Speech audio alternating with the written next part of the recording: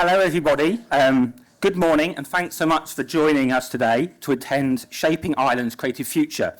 This is the first in a new series of events from the Creative Futures Academy, and we will be seeking to foster a national conversation on how we can strengthen Ireland's creative and cultural industries and shape future policy and investment. So without further ado, I'd like to introduce Professor Deirdre Ní Choistín, who is a college principal and Dean of the College of Arts and Humanities at UCD, to formally welcome you all. Thank you.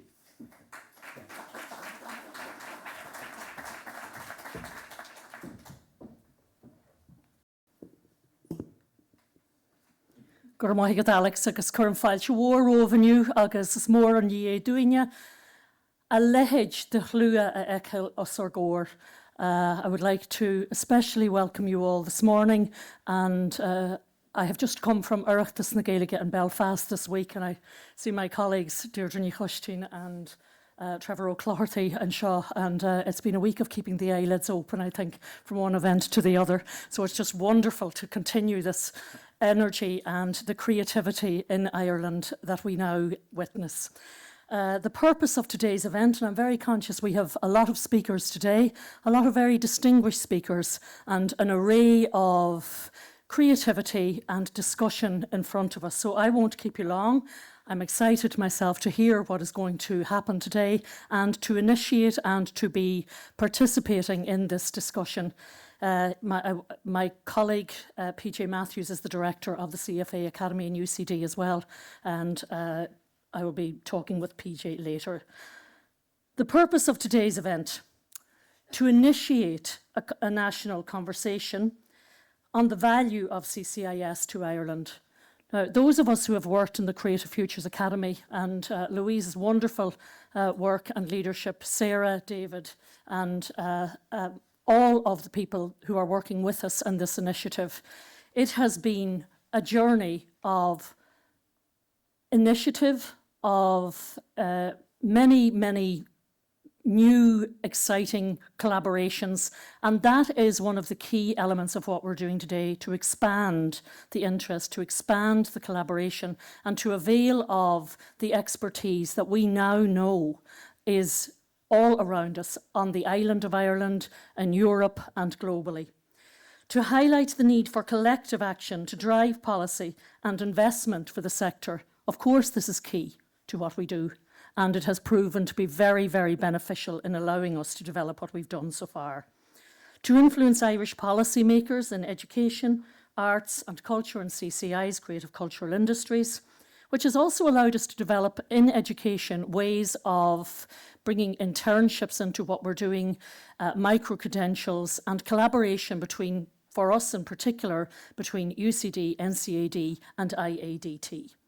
To align the CCI sector on key issues nationally and link these internationally. And finally, very simply, to advocate for our sector, which is a very key sector in Ireland today. As I said already, we have an extraordinary lineup of speakers and panels for you all today, with some important topics being discussed. It's a very packed schedule, so if you need to excuse yourself at any point for some quiet time out, there's a reception area upstairs, and that's not a problem. There will be a Q&A following our panel discussions, and we'll have the Creative Futures Academy team in the room with moving mics, so you'll just need to raise your hand, and the moderator will do his best to get to you, and you've seen Alex is going to do this for us today. We are especially honoured to have several distinguished guests, and I would like to extend a very warm welcome to Secretary General Colm O'Reardon here. We are extremely grateful for your presence today, which highlights your commitment to the important topics being discussed. Gur míle maith go bheas teart agus cur much fáilte mhór chraoúil rót a Colm. Just to finalise a very quick housekeeping note before we start, we would ask you to look around and note your nearest emergency exit. This is the door through which you entered. In the case of an emergency evacuation, follow the instructions with the front of house staff, all of whom you have met on the way in, who will direct you to your nearest assembly point. Men's restrooms are located on the upper ground floor, opposite the entrance to the White Recital Hall, and there are ladies' restrooms located on the first floor. there are accessible restrooms also on both levels. So gan helliu mulla, without further ado, curran fáilte rove, bonigi salt as an la, bonigi tarava as an la, agus bimidig sul gamor le play bishul criul anew. We look forward to a very progressive and structured conversation that we hope will lead to many more developments as we leave here today. Gora Mohigav.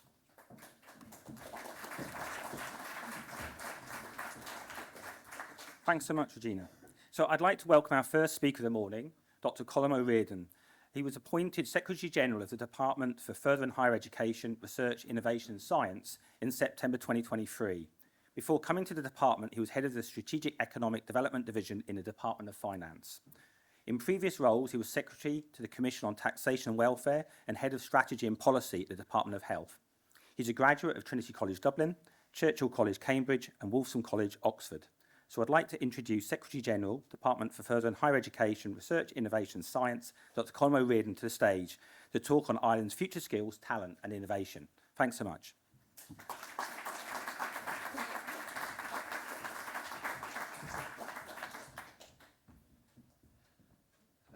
Okay, thanks very much. Thanks for that. Good morning, and thanks for having me. You know, I think this very timely gathering and very timely initiative in the sense of saying that we need to have a conversation about this sector. So I was just going to share some fairly high-level thoughts, and we can pick up some other more detailed issues in the panel discussion. I think it's fair to say that we live in challenging times. Anytime you open a newspaper or turn on the news, you seem to see yet another norm or assumption about how the world is organized being turned on its head. Ways of thinking about the world which have seemed to be dominant since at least the 1980s are being upended. As you mentioned earlier, I used to work in the Department of Finance, and this week the department's having a conference about Ireland in 2040. And they're going to talk about how 4 major disruptive trends are going to influence the country that we live in that time. We tend to talk about the 4 Ds: demographic change, the need to decarbonize, deglobalization, and digitalization. I'm sure you can add your own preferred additional concern to that list of things, which are creating a sense of tumult and change in the world. Impressionistically, at least, these are forces that are with us now, rather than in some far distant future. And while it's not clear that how they will combine to shape our world, it's clear that they are definitely changing our world. We could certainly be forgiven for thinking that one paradigm is coming to an end and another is being formed, without much clarity about what any new paradigm might look like. In the middle of this tumult, I take some solace from the knowledge that we've been here before, certainly in the realm of technological disruption. There have been several occasions in the past 200 years when major technological change has given rise to significant paradigm shifts. So when I'm trying to work through what all this means for Ireland's future, I tend to look back at what has happened before in order to try to understand what we can expect from this kind of technological disruption. And as it happens, sitting where we are this morning, there are at least 2 artifacts of previous paradigm shifts on our doorstep. If you came here this morning from the north end of Westland Row, you'll have passed Pearse Station, built in 1834, as a terminus for what is one of the oldest commuter railway lines still in operation, the Dublin and Kingston Railway. If you think AI is a disruptive technology, it's nothing compared to the impact of railways in the 1830s and 1840s. For the first time in human history, people and goods could be transported across major distances according to predictable timelines. Well, at least they were predictable at one point. They weren't predictable this morning. This fundamentally shifted how people thought about the spatial allocation of all types of economic activity. You no longer had to live near where you work, and you no longer had to grow food close to where the people were who were going to eat it. The railway industry itself was a major driver of economic activity initially, but it was the wave of innovation that this technology set off in the wider economy that really drove change. One of the first package holidays ever delivered was for members of the Leicester Temperance Society, run on a railway organised by a man called Thomas Cook. At the other end of the street, you see an artefact of a different paradigm change. The house on the corner, 2 doors up, was once the headquarters of what became the Dunlop Tire Company. John Dunlop, who invented pneumatic tyres, was a Scot, but the entrepreneurial force behind the company was an Irish MP called Harvey Ducroix, who also happened to be president of the Irish Cycling Association. Dunlop's invention was revolutionary in itself, but when married to other technologies like the internal combustion engine, was part of another wave of fundamental change. These are not just random inventions, but technological changes which cause major paradigmatic changes. They changed the basic assumptions that people had about the world, how the world worked, and set off ways of innovation and change. There were winners and losers. There was rapid economic growth. There were new jobs and huge fortunes made and lost. There were old occupations made redundant, and environmental degradation. And in the case of the Belgian Congo, there were massive human rights violations as the hunger for rubber led to major colonial expansion in that part of the world. So, are there lessons there for us from those historical precedents? One lesson is that technology rarely stands still. The pace of change in AI is amazingly rapid at the moment, but even in normal times, technology doesn't wait. What we know as a country is that to be on the right side of technological change, there are things that we have to do. We need to invest in research in the right areas, be on the technological frontier, understand the technology, and train people to a high level who are experts in it and how to deploy it. We need to then connect that research activity to companies that are capable of deploying it commercially, be they indigenous or foreign owned. The connection between research and skills formation is particularly important and is central to driving subsequent waves of investment and innovation. Now, we can say that about any sector, but to my mind, that formula is one that can be applied in the creative industries just as much as anywhere else. As technologies change, we need to build up our research capacity, ensure we're staying at the technological frontier. We need to train people in these new technologies at every level so that they can in turn apply new technology in new and innovative ways, changing existing industries and inventing sectors which may not have existed before. New sectors and markets will emerge when people look across disciplines and see opportunities to do new things in new ways. That's already happening in the creative sector, but we can expect more of it in the future. It does require us to make sure that we are delivering that research and that research-led teaching. In an era when digitalization and AI are fundamentally changing the way that creative industries operate, that imperative is greater than ever. Let me add a couple of additional thoughts. You will have seen in recent weeks that the awarding of Nobel Prizes has received a fair bit more attention in 2025 than in previous years. Obviously, the Peace Prize received a fair degree of attention, but there are other prizes, and I had the unusual and gratifying experience this year that when I saw who'd won the prize in economics, not only had I heard of them, but actually read some of their work, which is kind of unusual. The prize for economics in 2025 went to 3 economists who had worked on the history of economic growth and technological disruption. Joel Monker in particular, who shared the prize this year, is notable for his argument that the Industrial Revolution was a product of a culture of growth that developed in Europe in the 17th century. A set of norms emerged that were conducive to scientific experimentation and discovery and the subsequent commercialization of those ideas. His book is entitled The Enlightened Economy, reflecting his argument that the Industrial Revolution was a product of creative forces that underpinned the Enlightenment. If you follow that argument, then creativity has a far wider role to play in the future of our economy.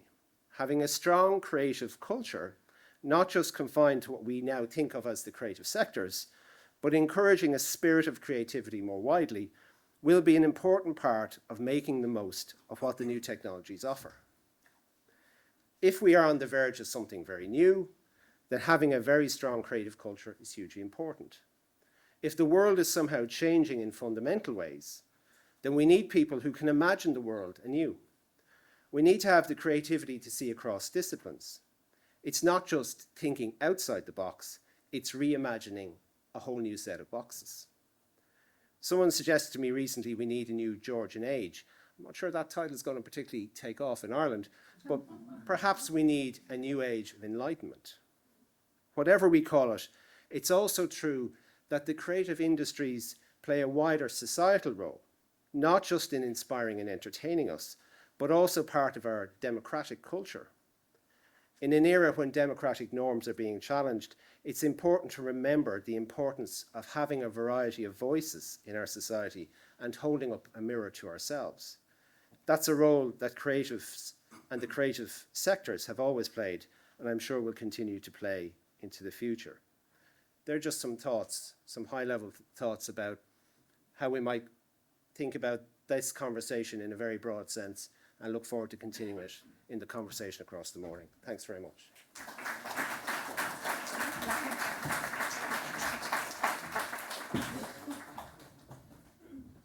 Thank you very much, Secretary-General.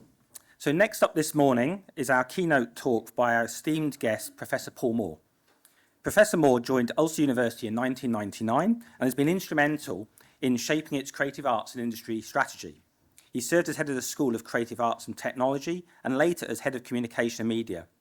He's currently director of Future Screens Northern Ireland and co-director of both Ulster's Creative Industries Institute and the Co-Star Screen Lab.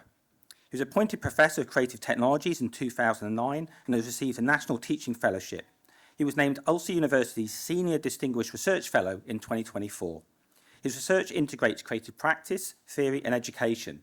So he's an absolutely fantastic speaker, and I'm really looking forward to the presentation. So without much further ado, I'd like to welcome to the stage Professor Paul Moore. Thank you.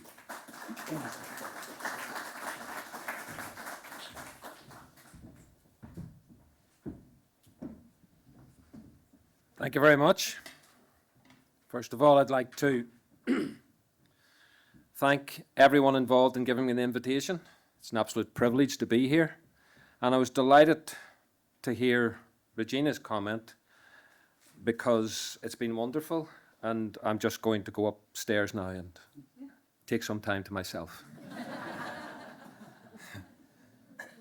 It's been wonderful, hasn't it? It's been great. I've loved every minute of it. I have the great privilege of being the director of Future Screens NI.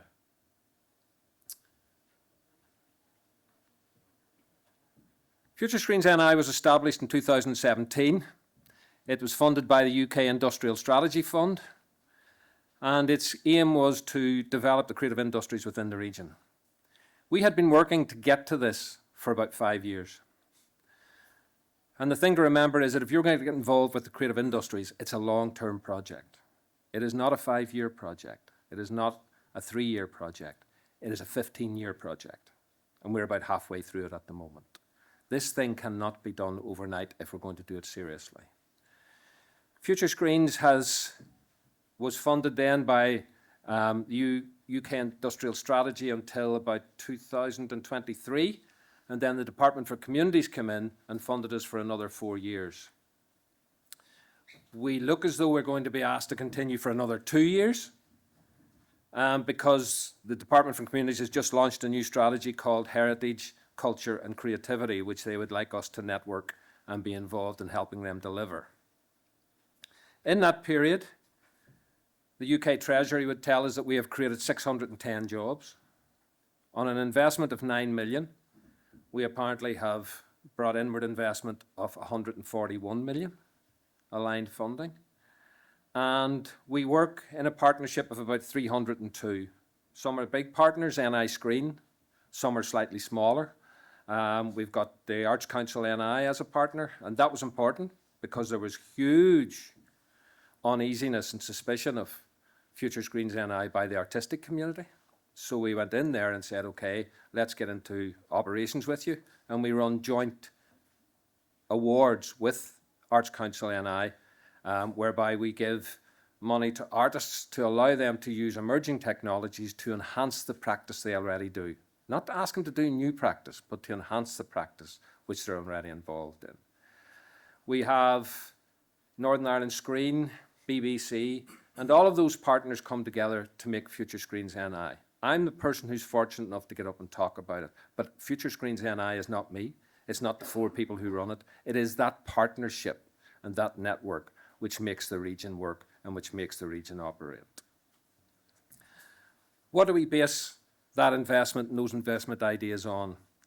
Well, one of the key things for us is summed up by this quote from one of my great heroes, Buckminster Fuller. I know it's pathetic for a man of my age to have heroes, but you'll have to put up with it because there's a few of them coming. Buckminster Fuller, as many in the room will know, designer, way ahead of his time. But he pointed out if you're really going to change things, you need to build a new model, not try and work at the edges of the old model. And we did that in 2 ways. And I'll stand over the fact that we're convinced that both of these ways were successful. The first was that we gave primacy to the industry. Now, that's a huge leap of faith for HE institutions. I was recently in a meeting with Lord Putnam. You see what I did there? Okay. And in the discussion in an open forum with some ministers from the UK, he said that the most difficult job he has ever done was when he was the Chancellor of the Open University and trying to bring industry and academia together. And he said he never solved it. It was the most difficult thing he had ever tried to do. The only way we think we can do this, and I can only talk about our experience, the only way we thought we could do this was to give absolute primacy to the industry. We didn't take offices in the university. We took offices in a local creative hub. We ensured that everything was talked about in terms of Future Screen NI, not in terms of the universities. And we created systems that allowed the industry to move very quickly. So, for example, our application form for funding is only 3 pages long. And we tried to ensure that the industry was kept moving. The Treasury would tell us that 82% of our funding has gone back into the industry. And we have run for just over 8 years with 4 members of staff, myself and 3 others. That's a huge leap of faith, particularly for the university. Now, we're constantly butting heads with the university. So when I got the money from the Department for Communities, a full business case was done in a week for £4 million. It started on the Monday, and on the Friday I got a phone call from the finance officer in my finance office, and she said, "Paul, you better have an answer to this, because I've been everywhere else and we can't get an answer. £4 million has landed in the university account. Do you know anything about it?" And I really wanted to say, it's all right, it's going to Columbia, it's just sitting there. But I knew by our tone of voice that humour was not on that day. But the following Monday, I was carpeted. What's going on, Paul? Why does nobody know about this? Well, the reason nobody knows about it is twofold. One, because it happened in a week, and secondly, because if I had told you, you would have held it up by 6 weeks and we wouldn't have got the money. But I'll give it back if you'd like. They didn't want me to do that. That thing about thinking what the industry knows and what the industry needs is vital. And it's very, very difficult for institutions. Very difficult. But we managed it to the point that the previous minister, Minister Hargay, when we were setting up an employment scheme that we did, we created 72 3-year jobs in arts organisations as part of the COVID money. She said to me when we had it all set up, "Paul, what are the universities going to say about this?" I probably haven't mentioned it previously, Minister, but we are the university. But that was the best thing it ever said to me, because they thought we were part of the industry. And the greatest insult I've been ever given, which I worship, is the head of NI Screen saying to me, "You're not a proper academic." That'll do me. Thank you very much. Because we're doing something different. You're trying to shift the dial in some way. The second part of that we tried to do was always look to the future. Always look to the future. Now, I'm going to insult somebody in the room. I'm sorry, but I'm just apologising before I do it, but I'm definitely going to insult somebody. Of course tradition is important. Of course legacy is important. And I understand that much of what the CFA have done is around that legacy piece. But it has to be a legacy for the future. It has to be, how do you build a tradition for the future? Because if you don't do that, you end up with policy and strategy being driven by dead people. And that's not healthy. We need to be thinking about where we're going, not where we've been, but what does where we've been help us to get to in that future? It's a bit like driving the car by trying to use the rear view mirror. We need to look through the windscreen and think about where we're going and what that future looks like. And there are enough heads in the room to be able to know what a future might look like. I'm not saying we predict it, because as the Secretary General says, anybody that tries to predict the future is delusional at the moment. Douglas Rushkoff calls it the acceleration of the acceleration, and that's what we're in the midst of, and we can't do that. But we need to think about where we're going.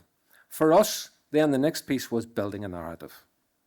And I cannot emphasize how important this is. You need a consistent narrative that everybody tells, that everybody is facing in the same direction.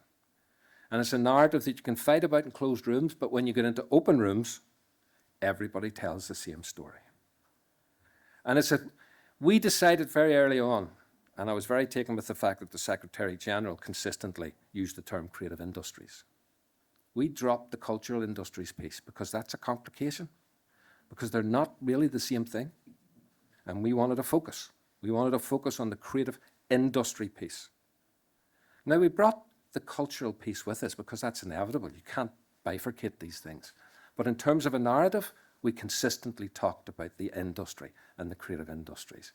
And we found a mantra, which was this. And I said, we will make the creative industries the new heavy industries in Northern Ireland. It's nonsense. It's not possible. It's simply nonsense, but it's great nonsense. It's so good a nonsense that when Biden came, I was standing with colleagues in the new atrium, in the new Ulster University, and President Biden said, I believe you have made the creative industries the new heavy industries in Northern Ireland. The story's crucial. How you tell the story is crucial. We never talked about giving money or getting money. We talked about investment, because that's what it is. It's investment in the future. It's investment in industries. We never talked just about growth. We talked about internal growth, because the worst thing that can happen in this creative space is extractive growth. You end up in a situation you have in San Francisco where people are throwing rocks at the Google bus. You need to be sure that anything that is made with the money that is invested in research stays within the region in which it's made. We did that quite simply by saying that all the IP had to be declared in Northern Ireland. It's a very simple way to do that. But the way in which you tell the narrative is really crucial. And it doesn't always have to be true. Sometimes you can hide the truth in plain sight, but it can't be a lie either. Because I'm always reminded of the great countercultural philosopher from the 1970s, Terence McKenna, who said, the truth does not need your participation to exist. Only bullshit does. So you can tell the truth without necessarily telling people lies, and you can hide the truth without necessarily telling them lies. But the consistency of that narrative is absolutely crucial, and we're still using it. We're still using it. Now, we've changed this. We talked about levelling up. We're not allowed to say that anymore, actually, in the UK. Not allowed to talk about levelling up. It never existed. We talked a little bit about leaving no one behind. I still like that one, and I'll come back to that. But the consistent one was this. And the number of people who say we've done it is astonishing. Sir Peter Bazalgette came to give a keynote at a conference we had. And he said, when Paul said this first 8 years ago, we all laughed at him. He said, take a look around you now. Nobody's laughing. Again, it's nonsense. But it's the narrative that matters. We have a visibility and we have a truth that people believe of the creative industries. Once you've established that narrative, the crucial thing is to sustain it. And we sustained it through data. I'm very sorry about this. Now I'm just using a couple of pieces of data here. It's actually slightly out of date now because it's 1.6 billion per annum. You can read the figures for yourself. I'm not going to insult you by reading them out. The number of politicians who, when I said those four things to them, said to me, why do I not know about this? And I loved saying, well, you need to tell me that, because we're shouting it. We're shouting it from the hilltops. I don't know why you don't know about it. The one that really staggers them now is when I say to them that the creative industries in the UK are equivalent to the aero industry, the construction industry, and pharmacy put together at £111 billion a year coming in. Politicians are staggered when they hear these figures, right? You're much more better off here because obviously the politicians know what they're talking about. Not saying ours don't, but sometimes they don't see the wood for the trees. And we have to go and tell them. And I'll come back to that in a moment. You've got to consistently get the message across. It's my firm belief that to do that properly, you need to have a policy and evidence centre. I don't know whether that's a thing, I don't know whether it's coming, but you need a policy and evidence centre to ensure that that data is gathered consistently and it has a proper, objective place within any arguments about the economy. Because my experience, and I can only speak of my experience, is when you go to politicians, you can tell them the creative arts and the creative industries are brilliant for people's welfare. They're brilliant for their mental well-being. And the government will say, that's lovely, thank you very much, and put the report on the shelf. If you go and tell them, you invest in this and we'll make 400 jobs for you in 5 years, then they're listening. So you need the data and you need the narrative.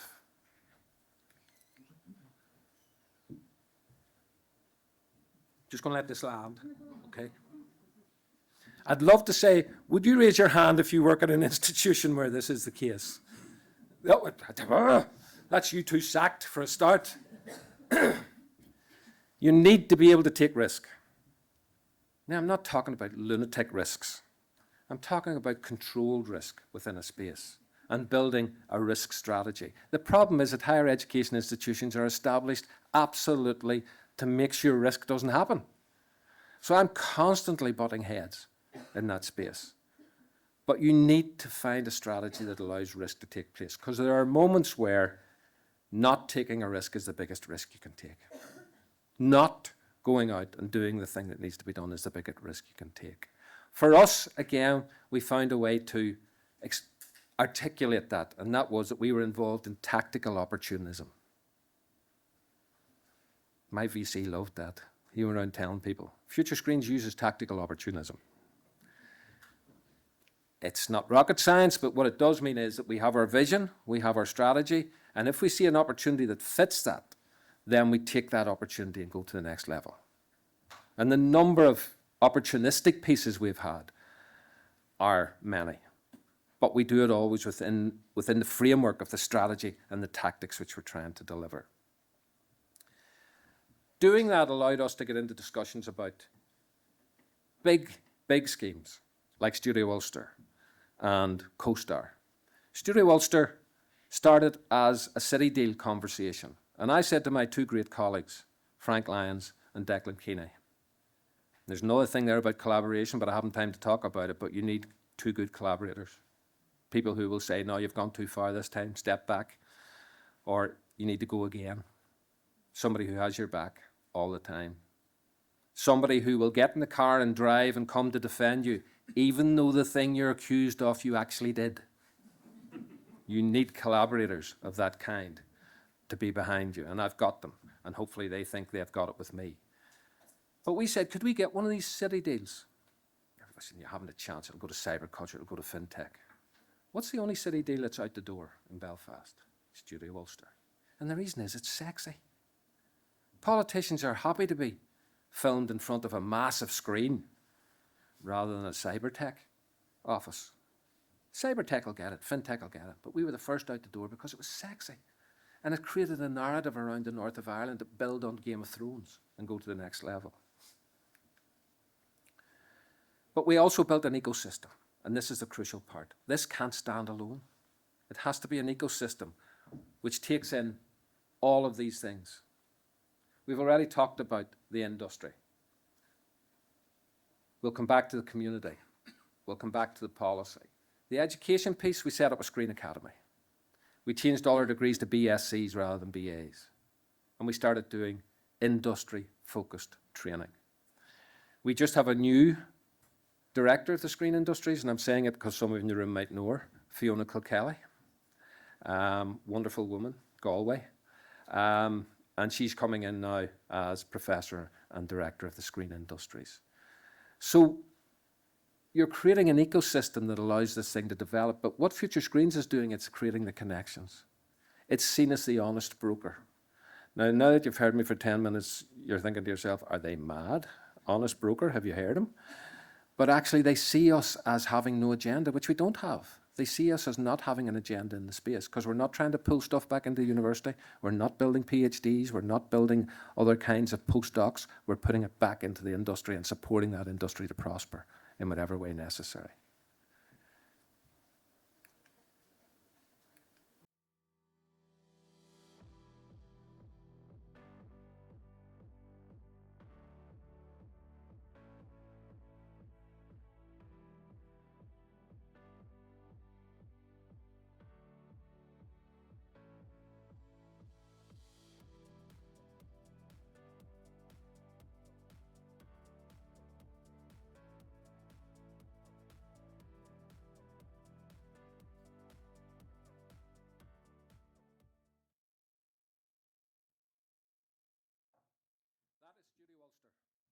Largest virtual production studio in the world, and it's in Belfast, bar none.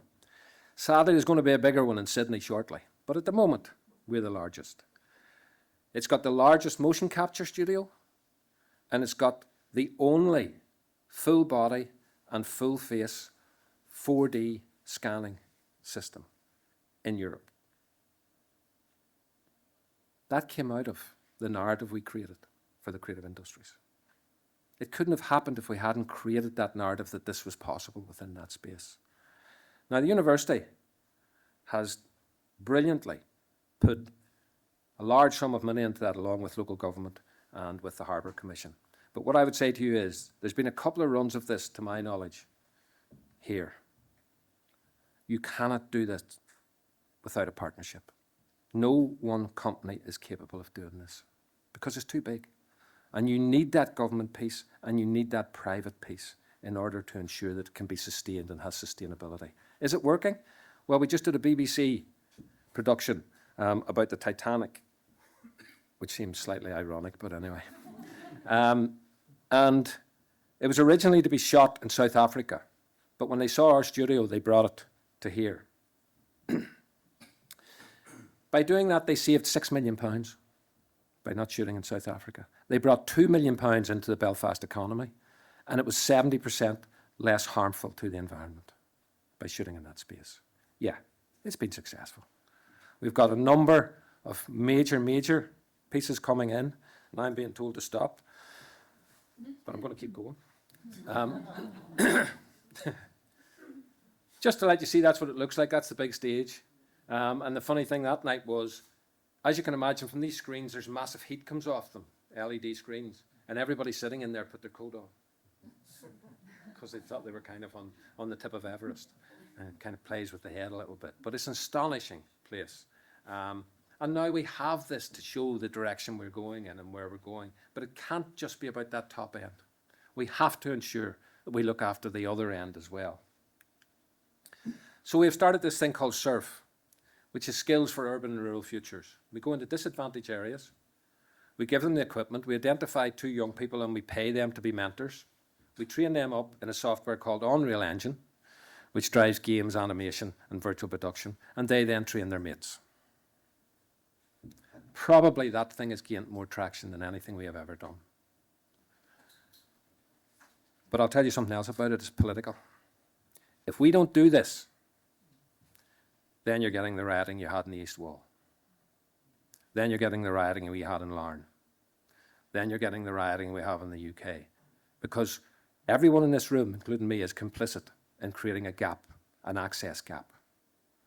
And if we've created it, it's our responsibility to try and solve it, actually, that access gap. The government in the UK have a digital strategy. If they were to give everyone free access to online resources, the Good Things Foundation have worked out it would put £23.1 billion into the economy per year. I don't understand why they're not doing it, because that would also stop that political unrest. And if we don't do that, you end up with Trump. I'm sorry, that's where you end up. 80% of the under 25 white male STEM graduates voted for Trump because they'd been promised nirvana and they turned out to be the digital battery hens of the 21st century. We need to ensure that we leave no one behind within that space. What you do then when you've got it up and running is you get the politicians in. The guy on the left is a local politician in a place outside Belfast called Rathcoole. Guy on the right's the Minister Lyons.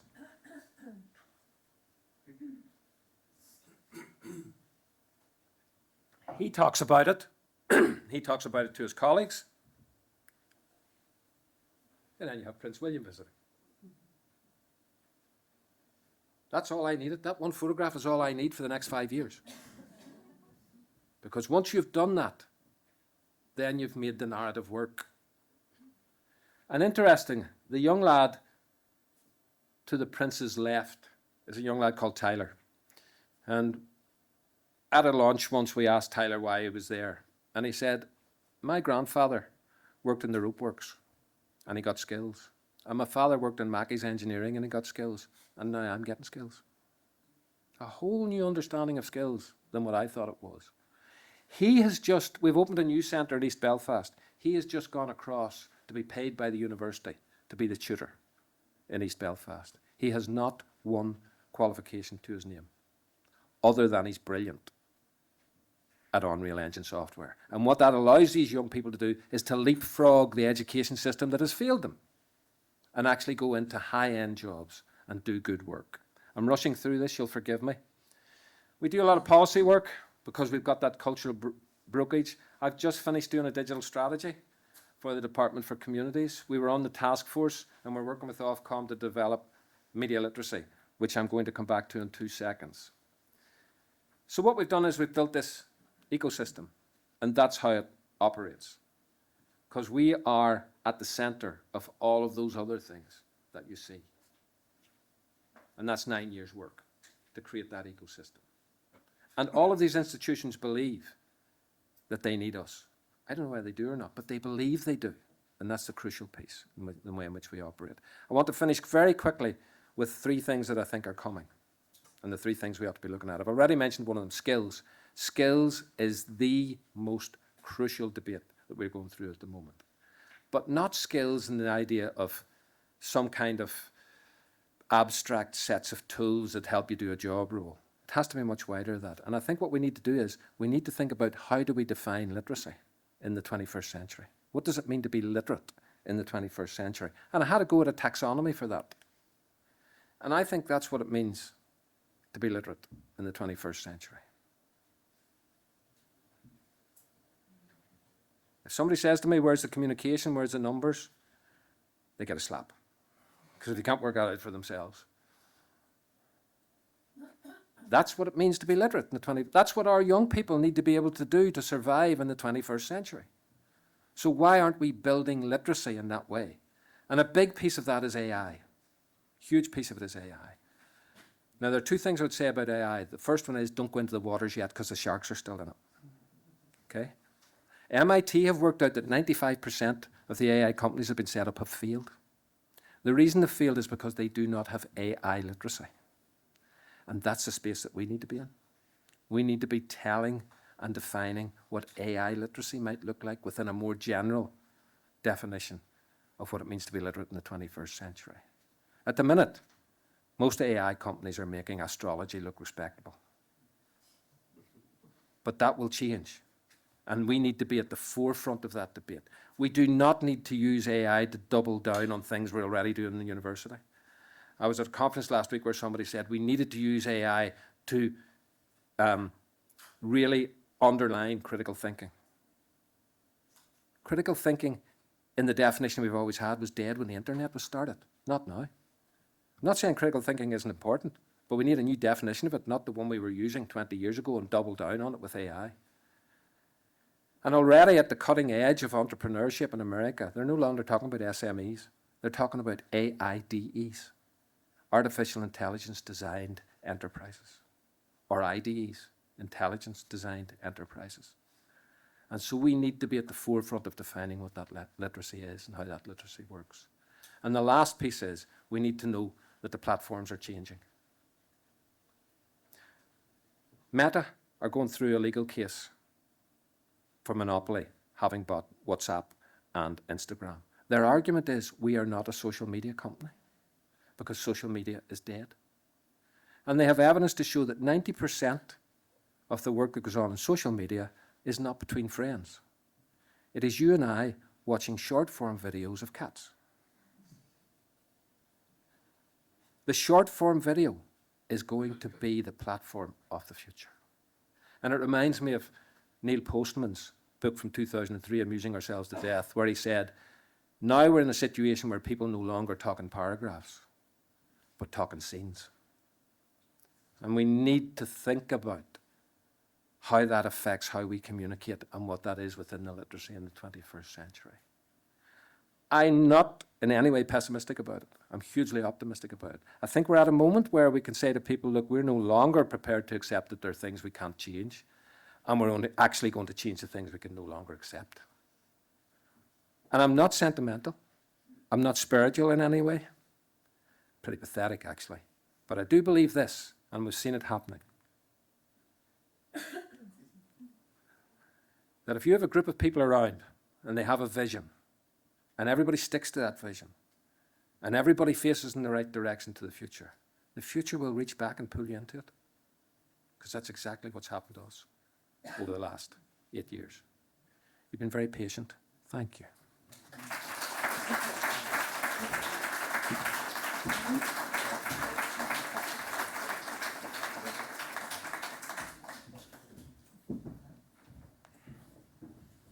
Thanks so much, Paul, for that thought-provoking presentation.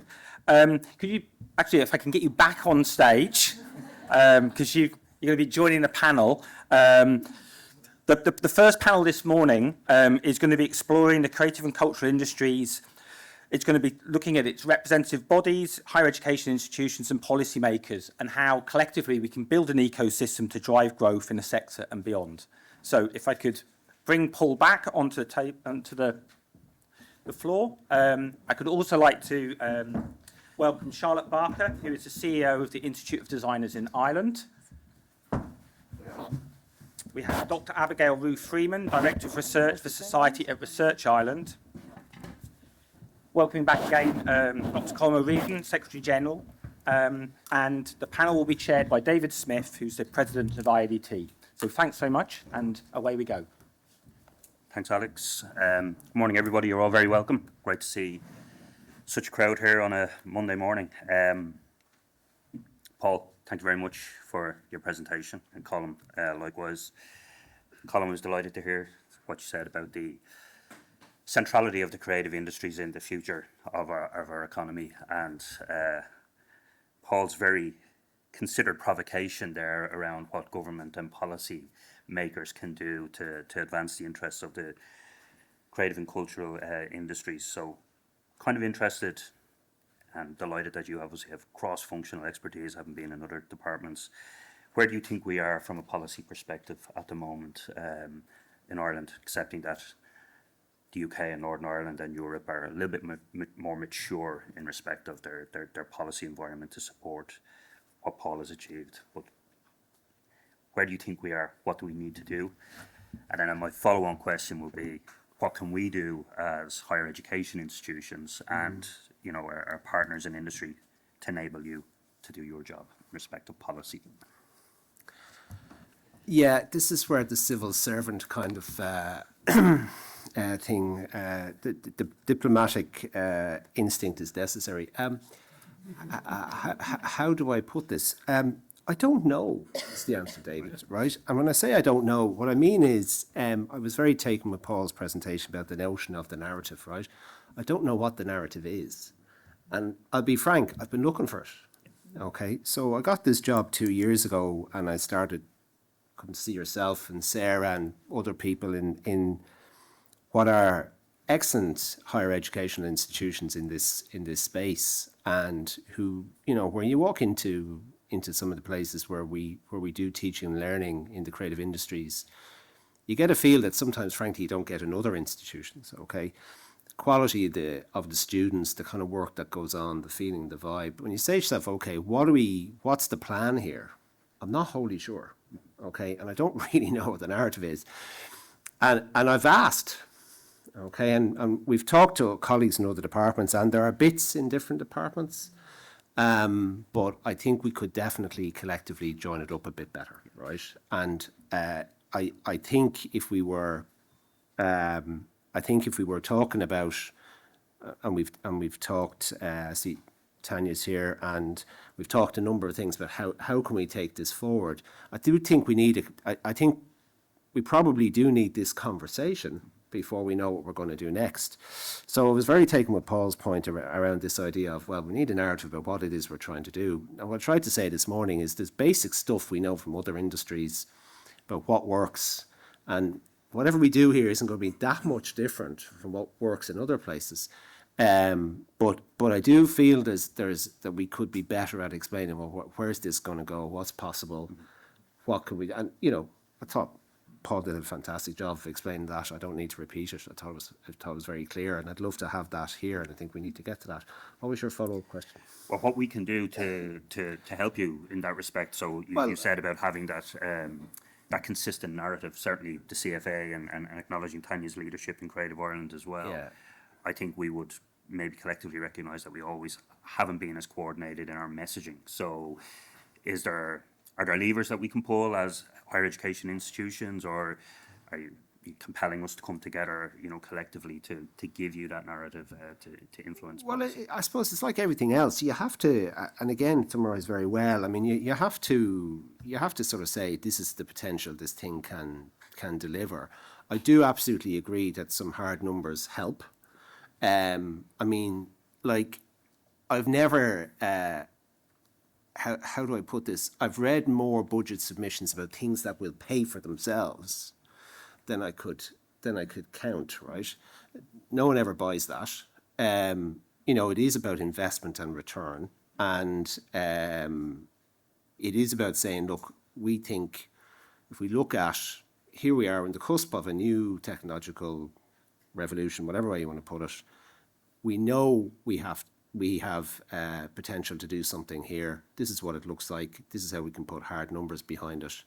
These are the concrete measures that need to be taken. And in a way, then also, two other thoughts. One is getting on with it, okay, doing what you can do within existing resources and existing structures. And secondly, I think there is realistic expectations around timelines also help. So there was a lot that I took from what Paul was saying earlier, which I absolutely endorse.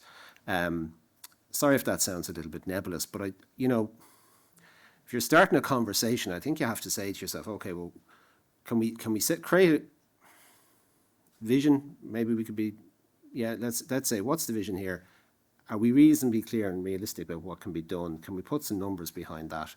And then can we make it about a kind of realistic investment case, an investable proposition? Government has a responsibility as well, and I think we do need to think about how we're joining up across departments. That's definitely true. But equally then, and I'll shut up now, a collective narrative is a very helpful notion. One about, well, can we all kind of get behind something here? The same thing. Okay, Tom. I'm not going to ask you now, Paul, but I probably will ask you about a policy and evidence centre then to support kind of some of the things that Colm was saying there. But Charlotte, you're very welcome. And many of you know Charlotte, CEO of the Institute of Designers in Ireland.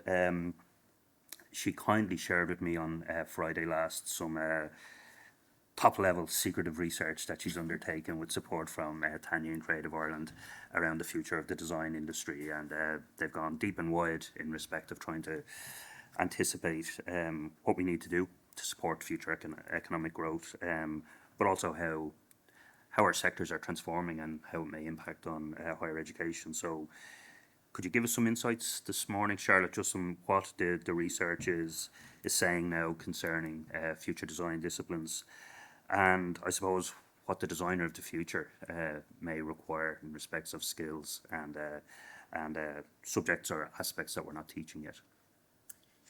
Thank you for having me. It's great to be here and it's great to represent the design sector. We like to talk about the commercial design sector, so as distinct from the makers and the craftspeople, which I think ties into your point, Paul, earlier around the role of design as culture versus the role of design as industry. So for today, we're going to talk about the role of design as industry. So the idea, the origin of the research in the first place actually was very much in support, again, of Paul, of what you were saying about building a narrative and being in a position whereby we have a vision, to your point, what is it that we're asking for? And to be able to be very clear about that from a policy perspective. So by doing a piece of work that really looked at both the wants and needs of the design sector from an industry perspective, but also from an education perspective, looking at other sectors and where the parallels might be, and looking at best practice internationally as well. There's some phenomenal benchmarks out there that we can learn from. So by putting all of this information together, the intention is to create a narrative and to create a vision as to where we need to go. And ultimately, that's about unlocking the potential of design. And I think that's the key insight, is that we've come out of this with a really strong and deep understanding of where the potential of the design sector is, but also what it's going to take to get there. So we've got much more clarity around the ask. We are much clearer in why we need to do it, that it unlocks economic potential, that it's a key part of innovation, that it's the driver behind navigating uncertainty. Design and creativity can do all of these things. What we haven't been clear about is how are we going to do it and what is it that we're going to need to get there. So I think the research has been really fundamental in helping us to understand that and to create that collective narrative. And it is fantastic. Everything I've heard already this morning, it fills me with joy and excitement to be able to hear that the repetition of message around the need to collaborate. Collaboration is really key. If we're going to build the infrastructure that we need to be able to unlock that potential. The collaboration needs to be not only between higher education institutions, not only between government departments, not only between industry with industry, but all together. And we need to all be on the same page and be moving in the same direction. And I do feel as though at the moment that is where we're at.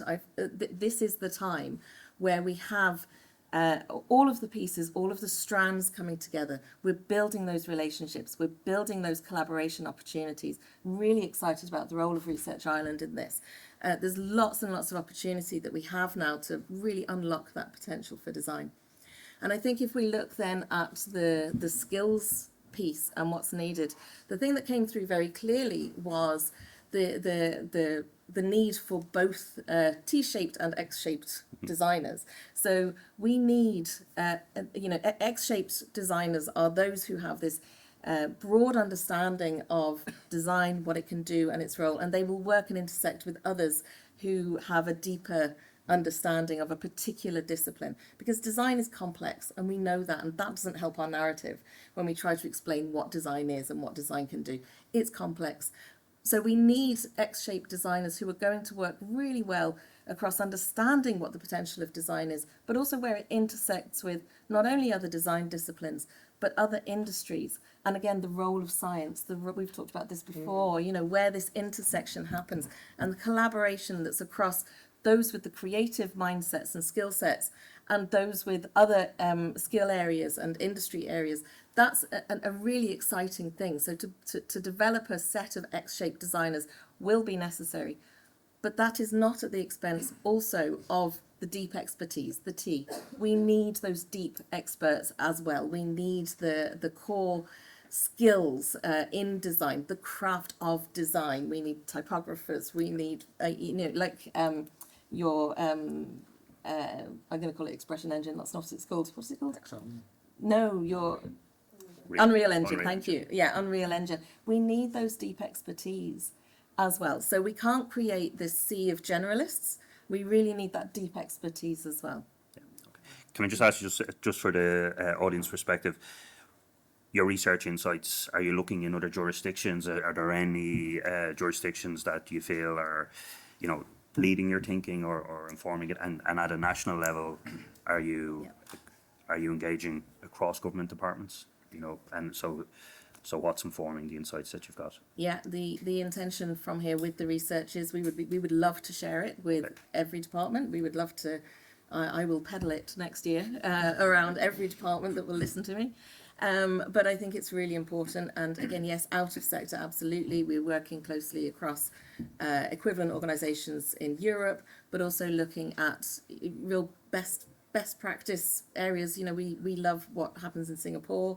The UK have significant investment that is not only through the Design Council, which sits under AHRC, so they're equivalent of Research Ireland. But you know, looking at the infrastructure that's also within their equivalent of the Department of Education, Trade and Employment.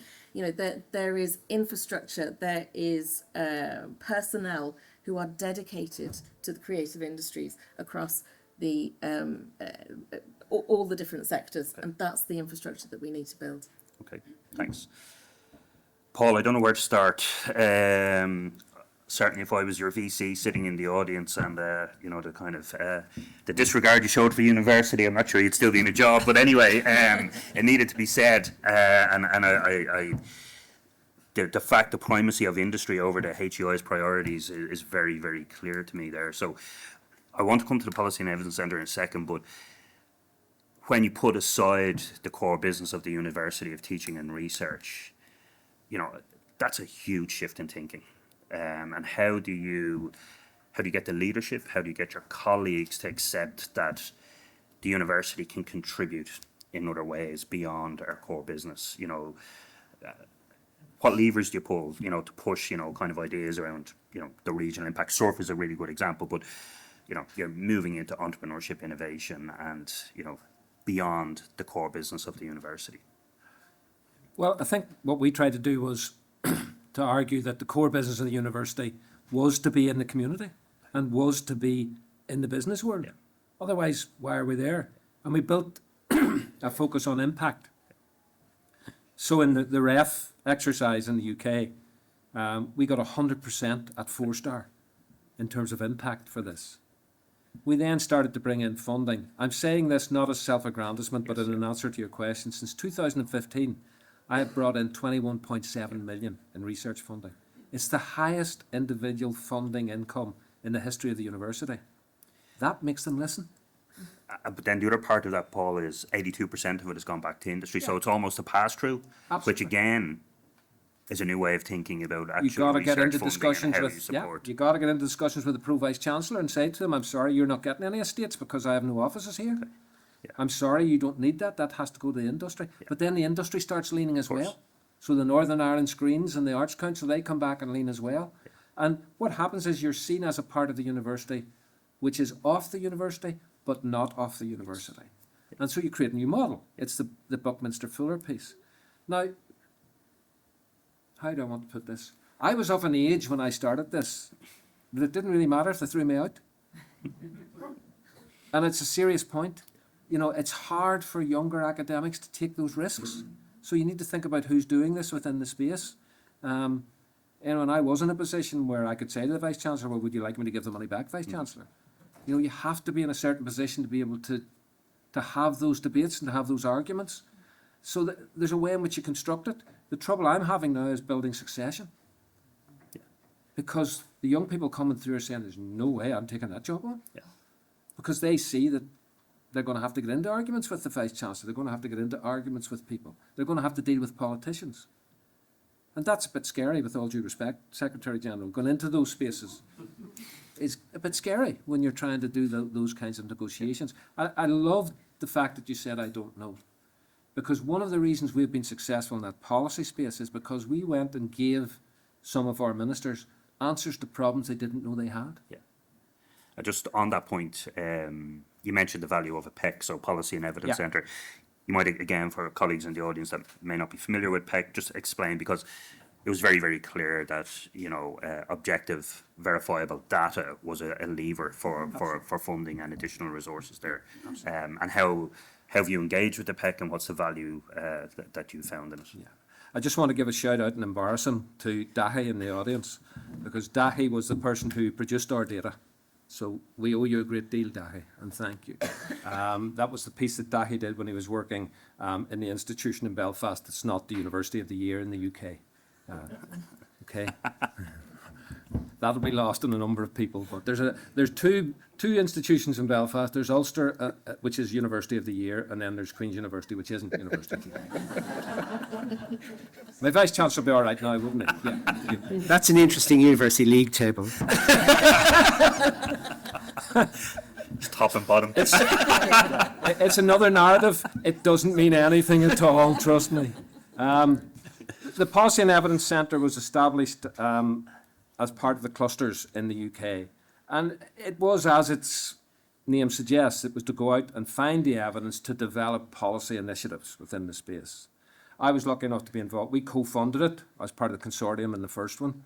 And I'm still a research fellow with the present PEC. But the key thing about PEC, I think, is, and I'm kind of going to backtrack a little bit here, yes, the data is crucial. But what PEC also does is it constructs an articulation of narrative and qualitative evidence around that quantitative evidence as well. Now, the reason why that's crucial is Jeff Mulgan, who used to be head of Nesta, he wrote a book last year called Another World is Possible. And his argument was that what has happened within policy making is that it has become driven by regulatory bodies. And there's a very interesting article by the founder of Stripe in the Irish Times today that's worth reading about regulation and NGOs. But we're driven by regulation rather than imagination. And that what we need to insert back into policy making again is imaginative thinking. Now, again, I don't want it to sound like self-aggrandizement. I think that's what we've done within the Policy and Evidence Centre and then bringing it back into Northern Ireland. So we were able to go, I'll give you an example. We were able to, by looking at the data we had in the Policy and Evidence Centre, to show that we had not one application from Fermanagh.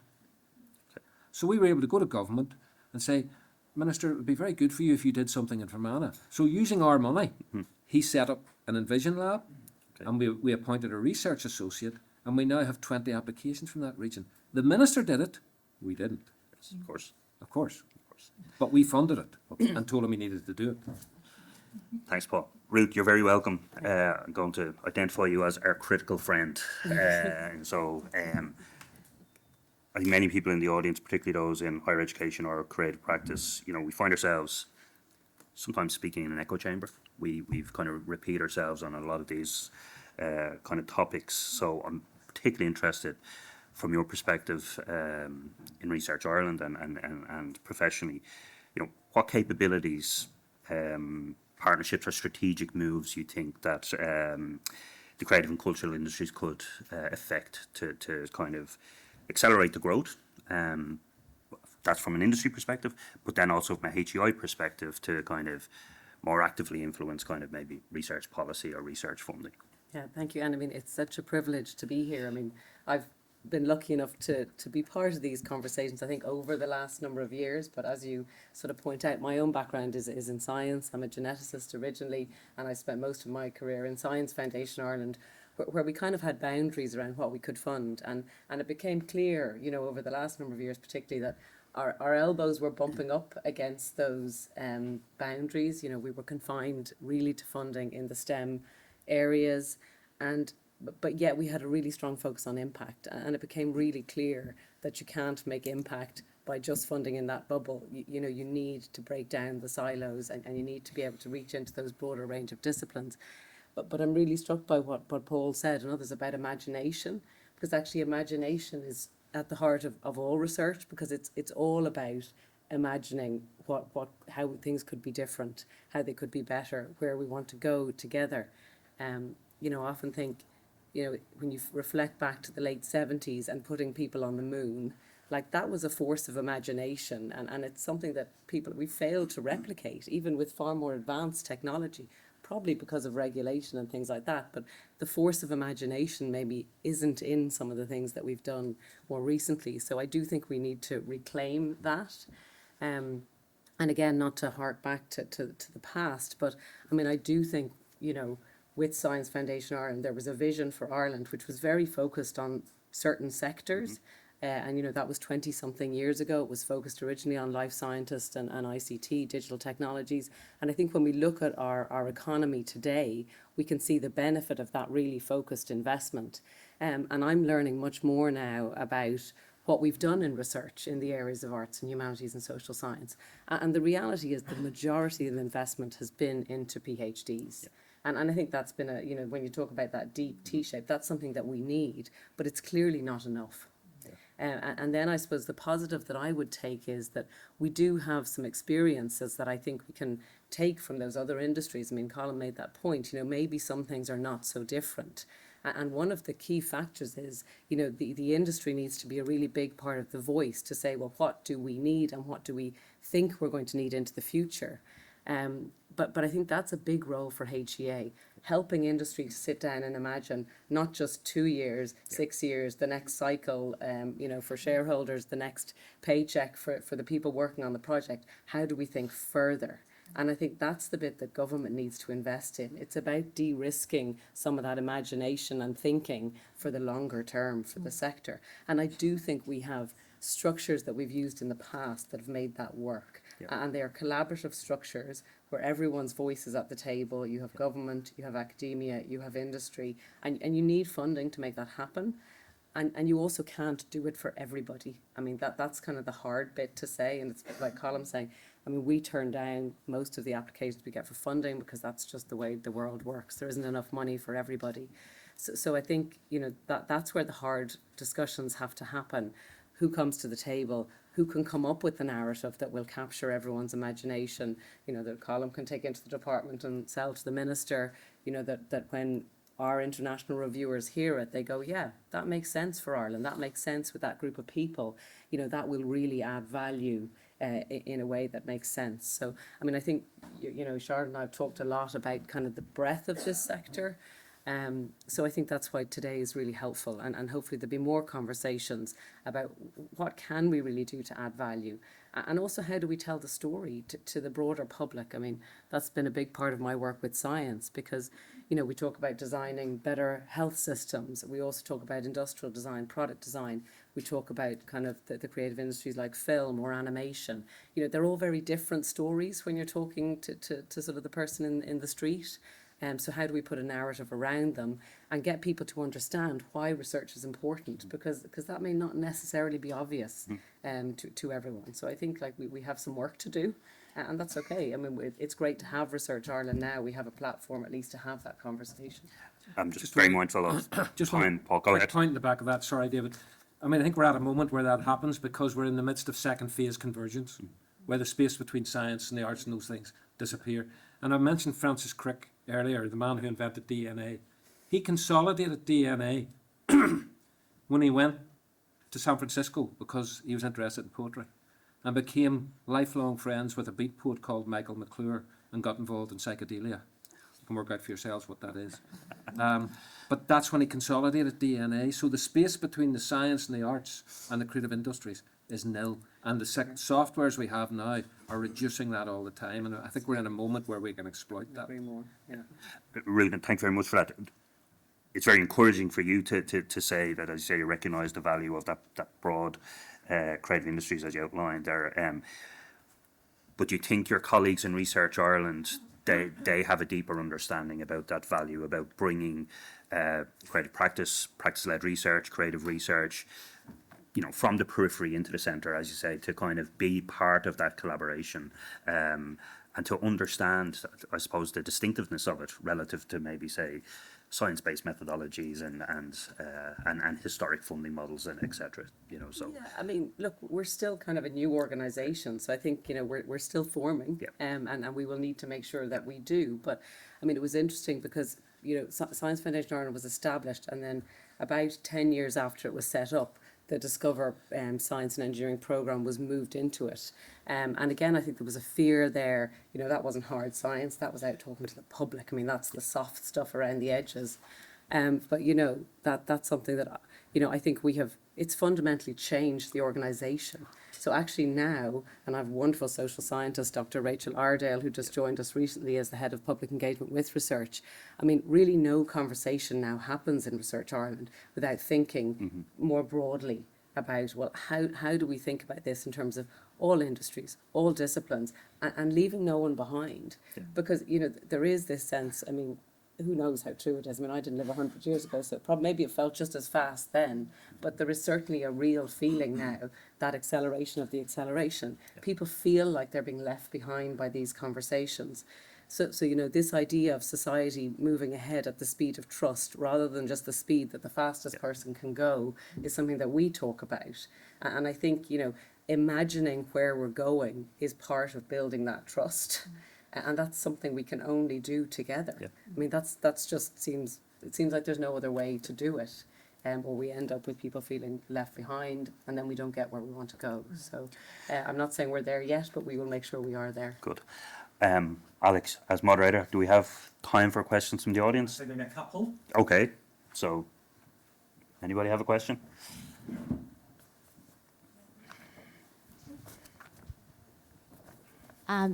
Thank you all so much. So I'm Shauna Dunlop. I'm from Solace, Further Education Training Authority, and I have the great job of looking after future skills and research. So fascinating morning so far, and thanks so much for that. I have kind of a two-part question. So the first one is to Paul, and it's your thoughts on how important the word future was or is in Future Screens Northern Ireland, and also thinking about all the opportunities we have at the moment for the All of Ireland skills agenda, and how important you all think that is to the future. Thanks. I mean, I'm going to say the obvious thing. It was the key. The future piece was the key. So we also have, we run a weekly networking event, which we call Future Tuesdays. Mainly because I read somewhere nothing happens on a Tuesday and said we'll do it then. We have a mentoring scheme which we call Future Foundation. You can see skills for urban and rural futures. We built that around. What we now do is we never have working groups if we're working with colleagues. We have futures design groups. Because that shifts it actually, because people are fed up with working groups, like everybody's in a working group. But if you think about how you're designing the future, and a key to it was we work with a man called Alex McDowell, Professor Alex McDowell from the World Building Institute in Los Angeles. You all know him because he was the creative director of Minority Report and Fight Club.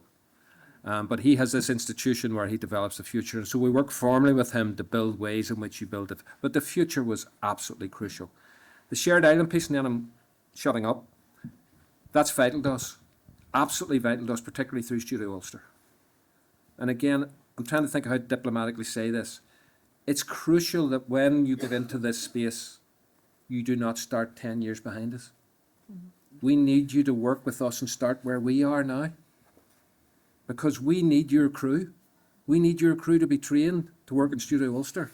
We need that skills level at that level. And why would you waste the time doing what we have done over this last 10 years? We'll give you it. I'm not being platitudinous, we'll give you it. But you need to work with us so we're all starting at the same point. And that means that in the North, we need to stop thinking about what our creative industries is. We have reached a moment, and I had a meeting with Alan Wall, is that right? And I asked him this question, what do we need to do in the North? And he said, you need to stop and give us. That was the actual phrase he used. And he's right. We need to think about how we get everybody in this island to the same place. Hopefully the shared island will help us do that, but if it doesn't, we'll do it anyway. Because it's what the minister said. A colleague of mine was asked why we had been successful, Frank Lyons. I want to tell you what he said, but I'm afraid to. But he said, we're successful because we get shit done. And that's what you do. You get stuff done. You get out there and you do it. It doesn't matter if it's not successful the first time, then you'll fix it. But get out and do stuff and be visible. And we want to be working at the same level. And we'll give you it. I promise you, we will give you it. Thanks, Paul. One more question.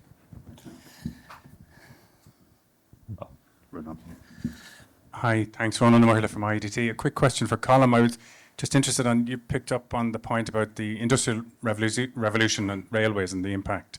A lot of people are equating AI with that level of impact and the speed of impact. But we've also talked a lot about the equity and the need for, like, a lot of people would have criticised the industrial revolution for how much wealth it created in a very short period of time for a small amount of people. I'm wondering how we manage that and how we manage that, and does skills development have a role to play in that, ensuring that this technological revolution that's coming is more equitable for people? Yeah, I mean, thanks, Ron. I mean, the reason I try to say that is because there's an element whenever I go into a room and somebody talks about AI, this kind of dark fear descends across, particularly if there's any academics in the room, because they all think they're going to be unemployed or something, or we're all going to lose our jobs. And the point I'm trying to make is, fundamentally, technological change is what advances us, is what make our societies get richer, and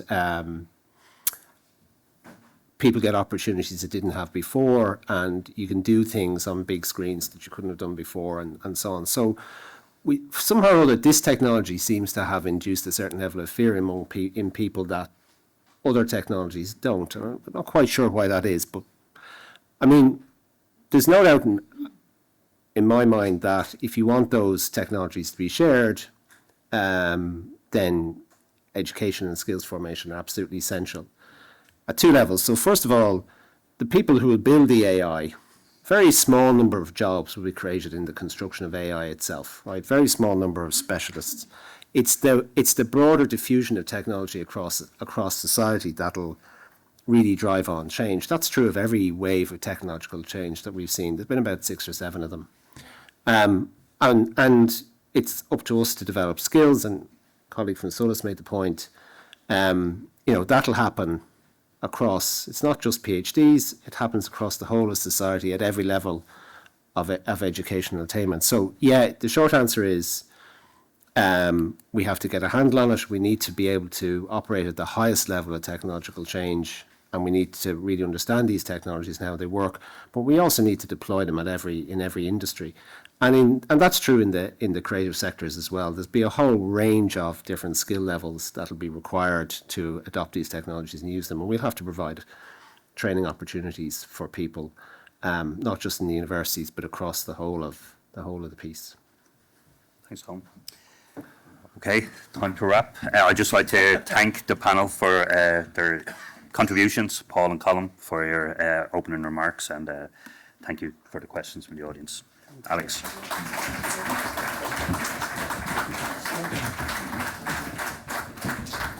Yeah, thanks so much to the panellists. That was really, really inspirational. So what I'm going to suggest now is we're running a little bit late, so we're going to have a very quick break of 10 minutes. We have some sort of refreshments and things at the back of the room, and the restrooms are, as previously discussed, are on the sort of the floors at the back. What we're going to now do is play about 10 minutes worth of Creative Futures Academy's Vox Pops to give you a sense of some of the impact that the CFA provision has had on a variety of different learners. John Lynch, founder and design director at Context Studio, and Deirdre Ní Choistín, who is the Director General of TG Cara. And the panel's moderator and chair will be Louise Allen, Director of the CFA. So thanks so much. Thanks so much, Alex, and thank you, and welcome to the panel here today. Just a remark from the closing panel, I was so delighted that my colleagues in NCAD, IADT and UCD used Futures in the name of Creative Futures Academy. It was foresight, I think, at that point in time. I suppose the title of this is around future skills and the value of creativity, and I suppose just to position it a little, what we're really talking about here is talent and skills generation. I mean, we wouldn't have a creative industries, we wouldn't have a cultural sector without that level of talent that we need to nurture. I suppose I'm going to start off just based on that. John, I'm going to come to you first, if you don't mind. So John is the director of Context Studio, and you've worked in the design profession for many years, and I know you worked both internationally and here in Ireland. And I'm conscious that there's such a huge amount of work going on for design at the moment, led by Charlotte and with support from Tanya. But we seem to be having this conversation around design in Ireland for well over a decade. And I just kind of maybe like to get your insight as to, you know, how is it going? Is it going? What are we doing wrong? Are there ways that we can actually accelerate the dial up to full speed as opposed to maybe just a little bit? I'd assert we've been having the conversation for maybe 50 years. 50 years. Back to Kilkenny and beyond. Yeah. I think it's going reasonably well, and there's huge credit due to people in this room and our education sector. The sector itself, I've found since returning to Ireland, Irish designers are very generous in their knowledge, and there's a real sense that a rising tide will raise all ships. But, and there's the but, we have skipped something. I think we've skipped a broader, wider understanding in our economy and society of what design is. We're still kind of stuck in the last century, and we think of tables and chairs and furniture. And I've worked in places where design is seen as a way of getting to something new, in a broad sense. I love, John Heskett wrote, I had the privilege of editing some interviews with John Heskett before he passed away, and it was there I heard him say, design is the human capacity to shape and remake our environment in ways that I think it's make life easier and give meaning to our lives. And when you think of design that way, it's a massive economic opportunity. It's interesting hearing all the conversations about technology and technological change, because I've seen waves. I was a software developer originally. That's my little skeleton in my closet. I've seen waves from multimedia to blockchain to machine learning and the tech industry likes to scare us with how fast it's going.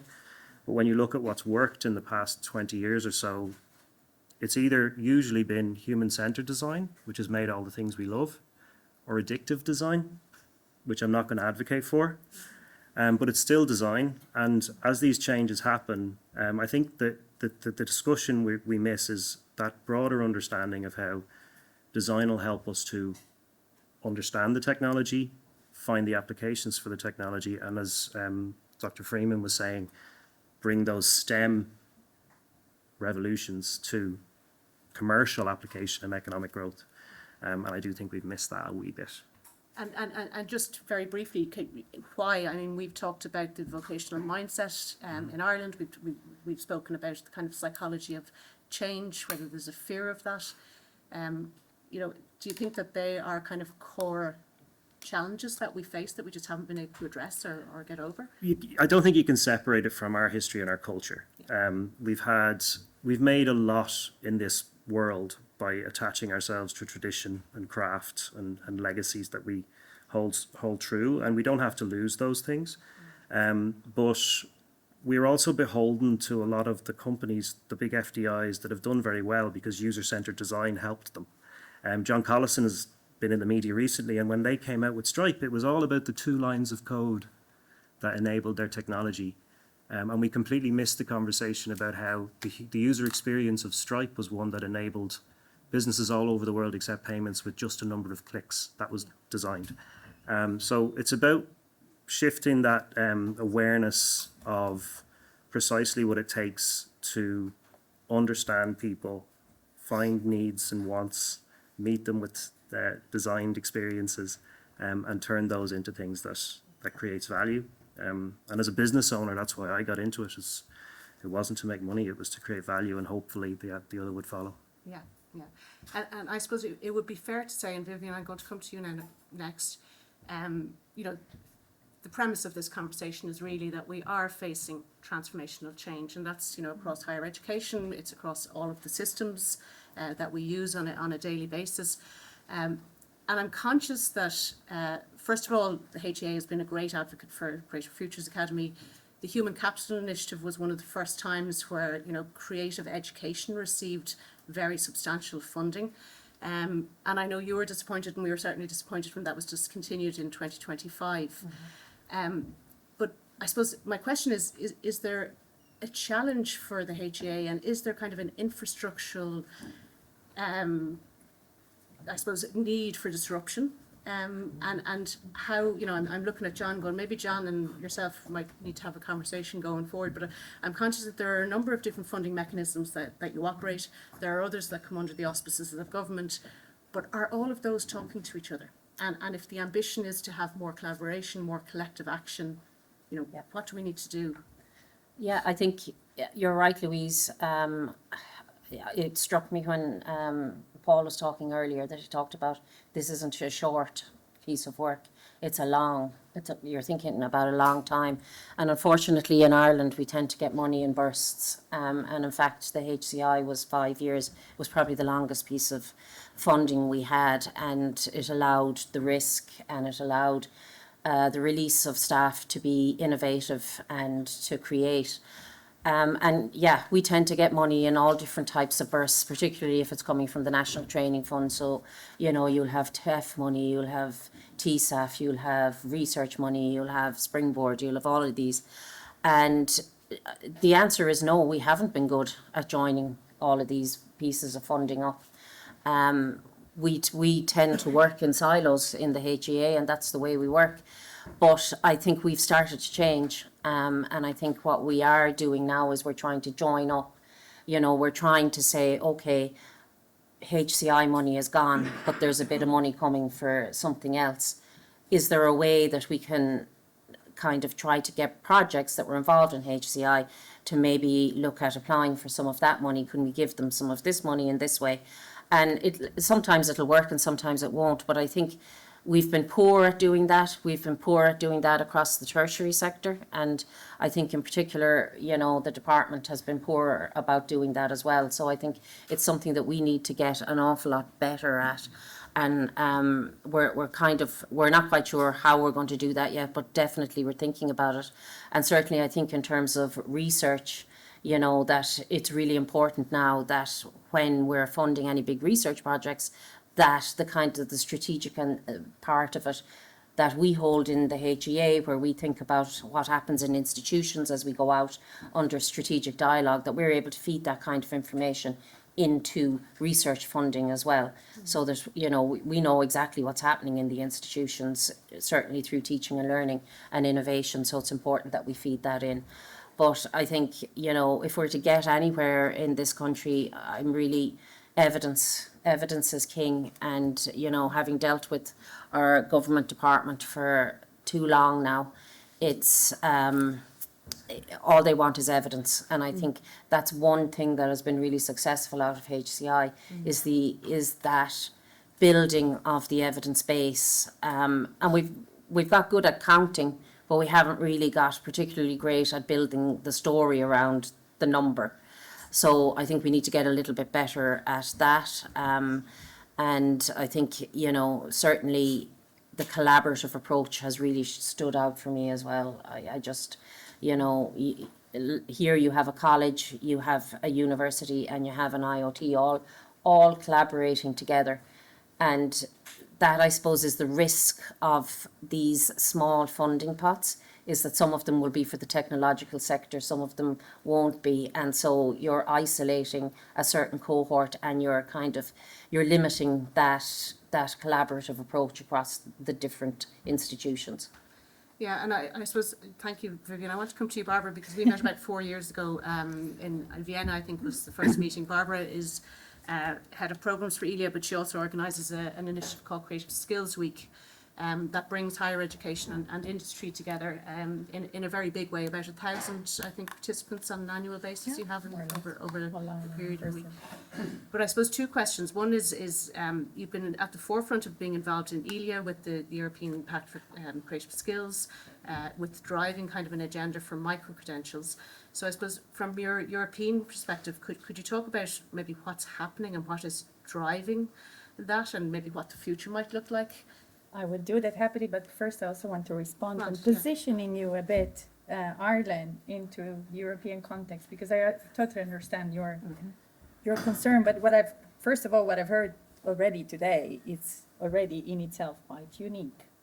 CFA, Creative Future Academy, it's quite unique. Europe has invested billions into the European university initiatives for many years, and many of them are not successful. And again, why? Because we're talking about the importance of collaboration. Collaboration is fundamental for our survival. This is how we survive as humans, right?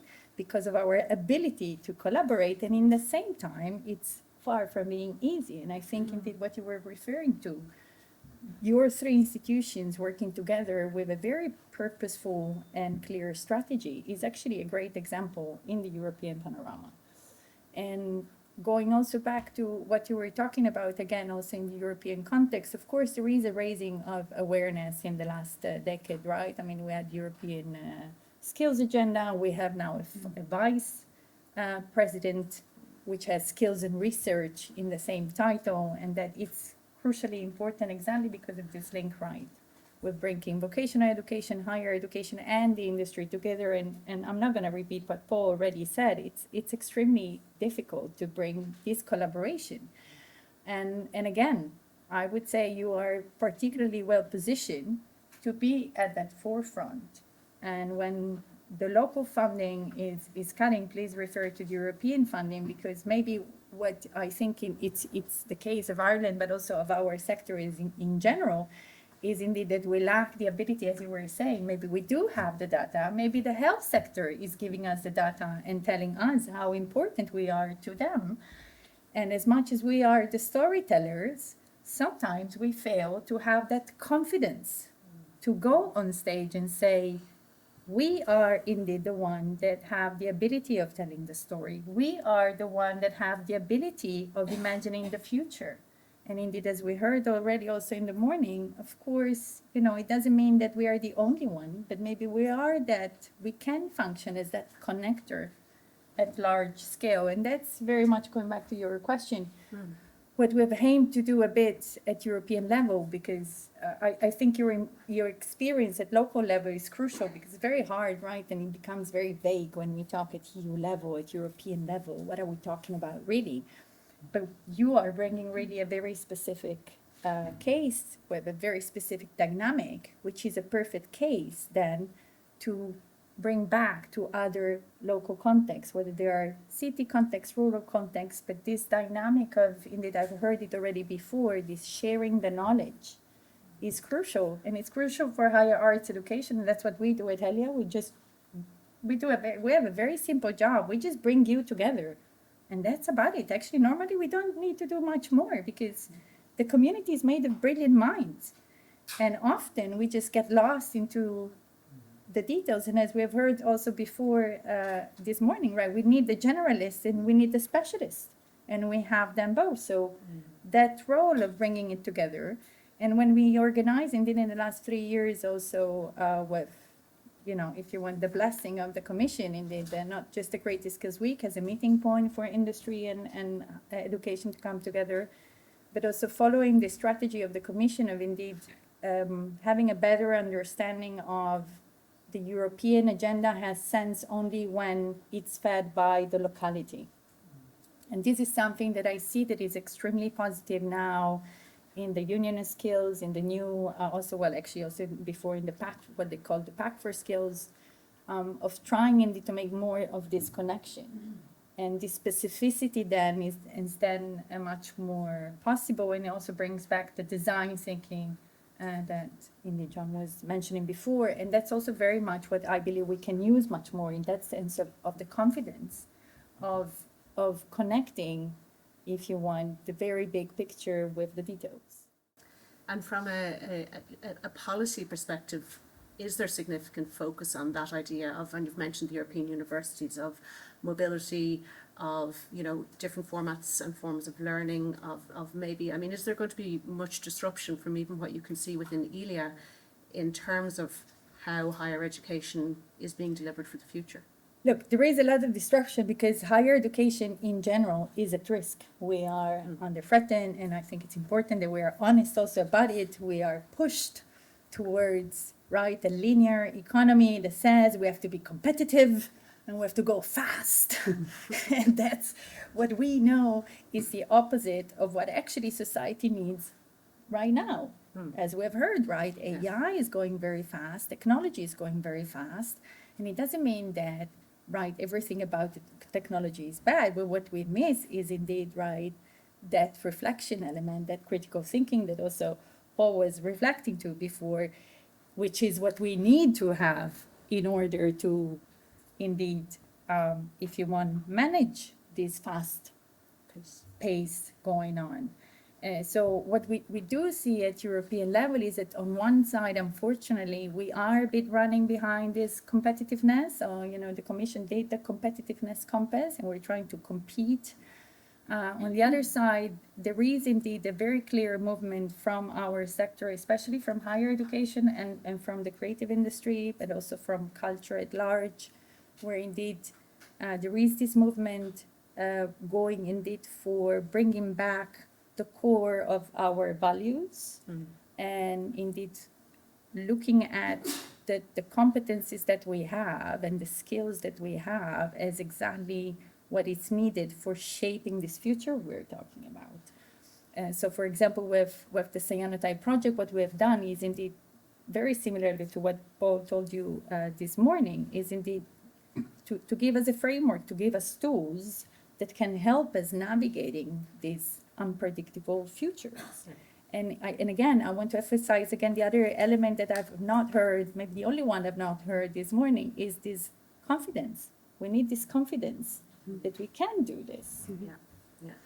Thank you, Barbara. And I'm going to come to you, Deirdre, because Barbara was just referencing values, and if people are familiar with the new European Bauhaus values, it talks a lot about, society and community, and the role of creativity within that. And TG Cahir, for many Irish people in the room, has really been a trailblazer in terms of, coming from grassroots, ground up, to cutting edge commissioning.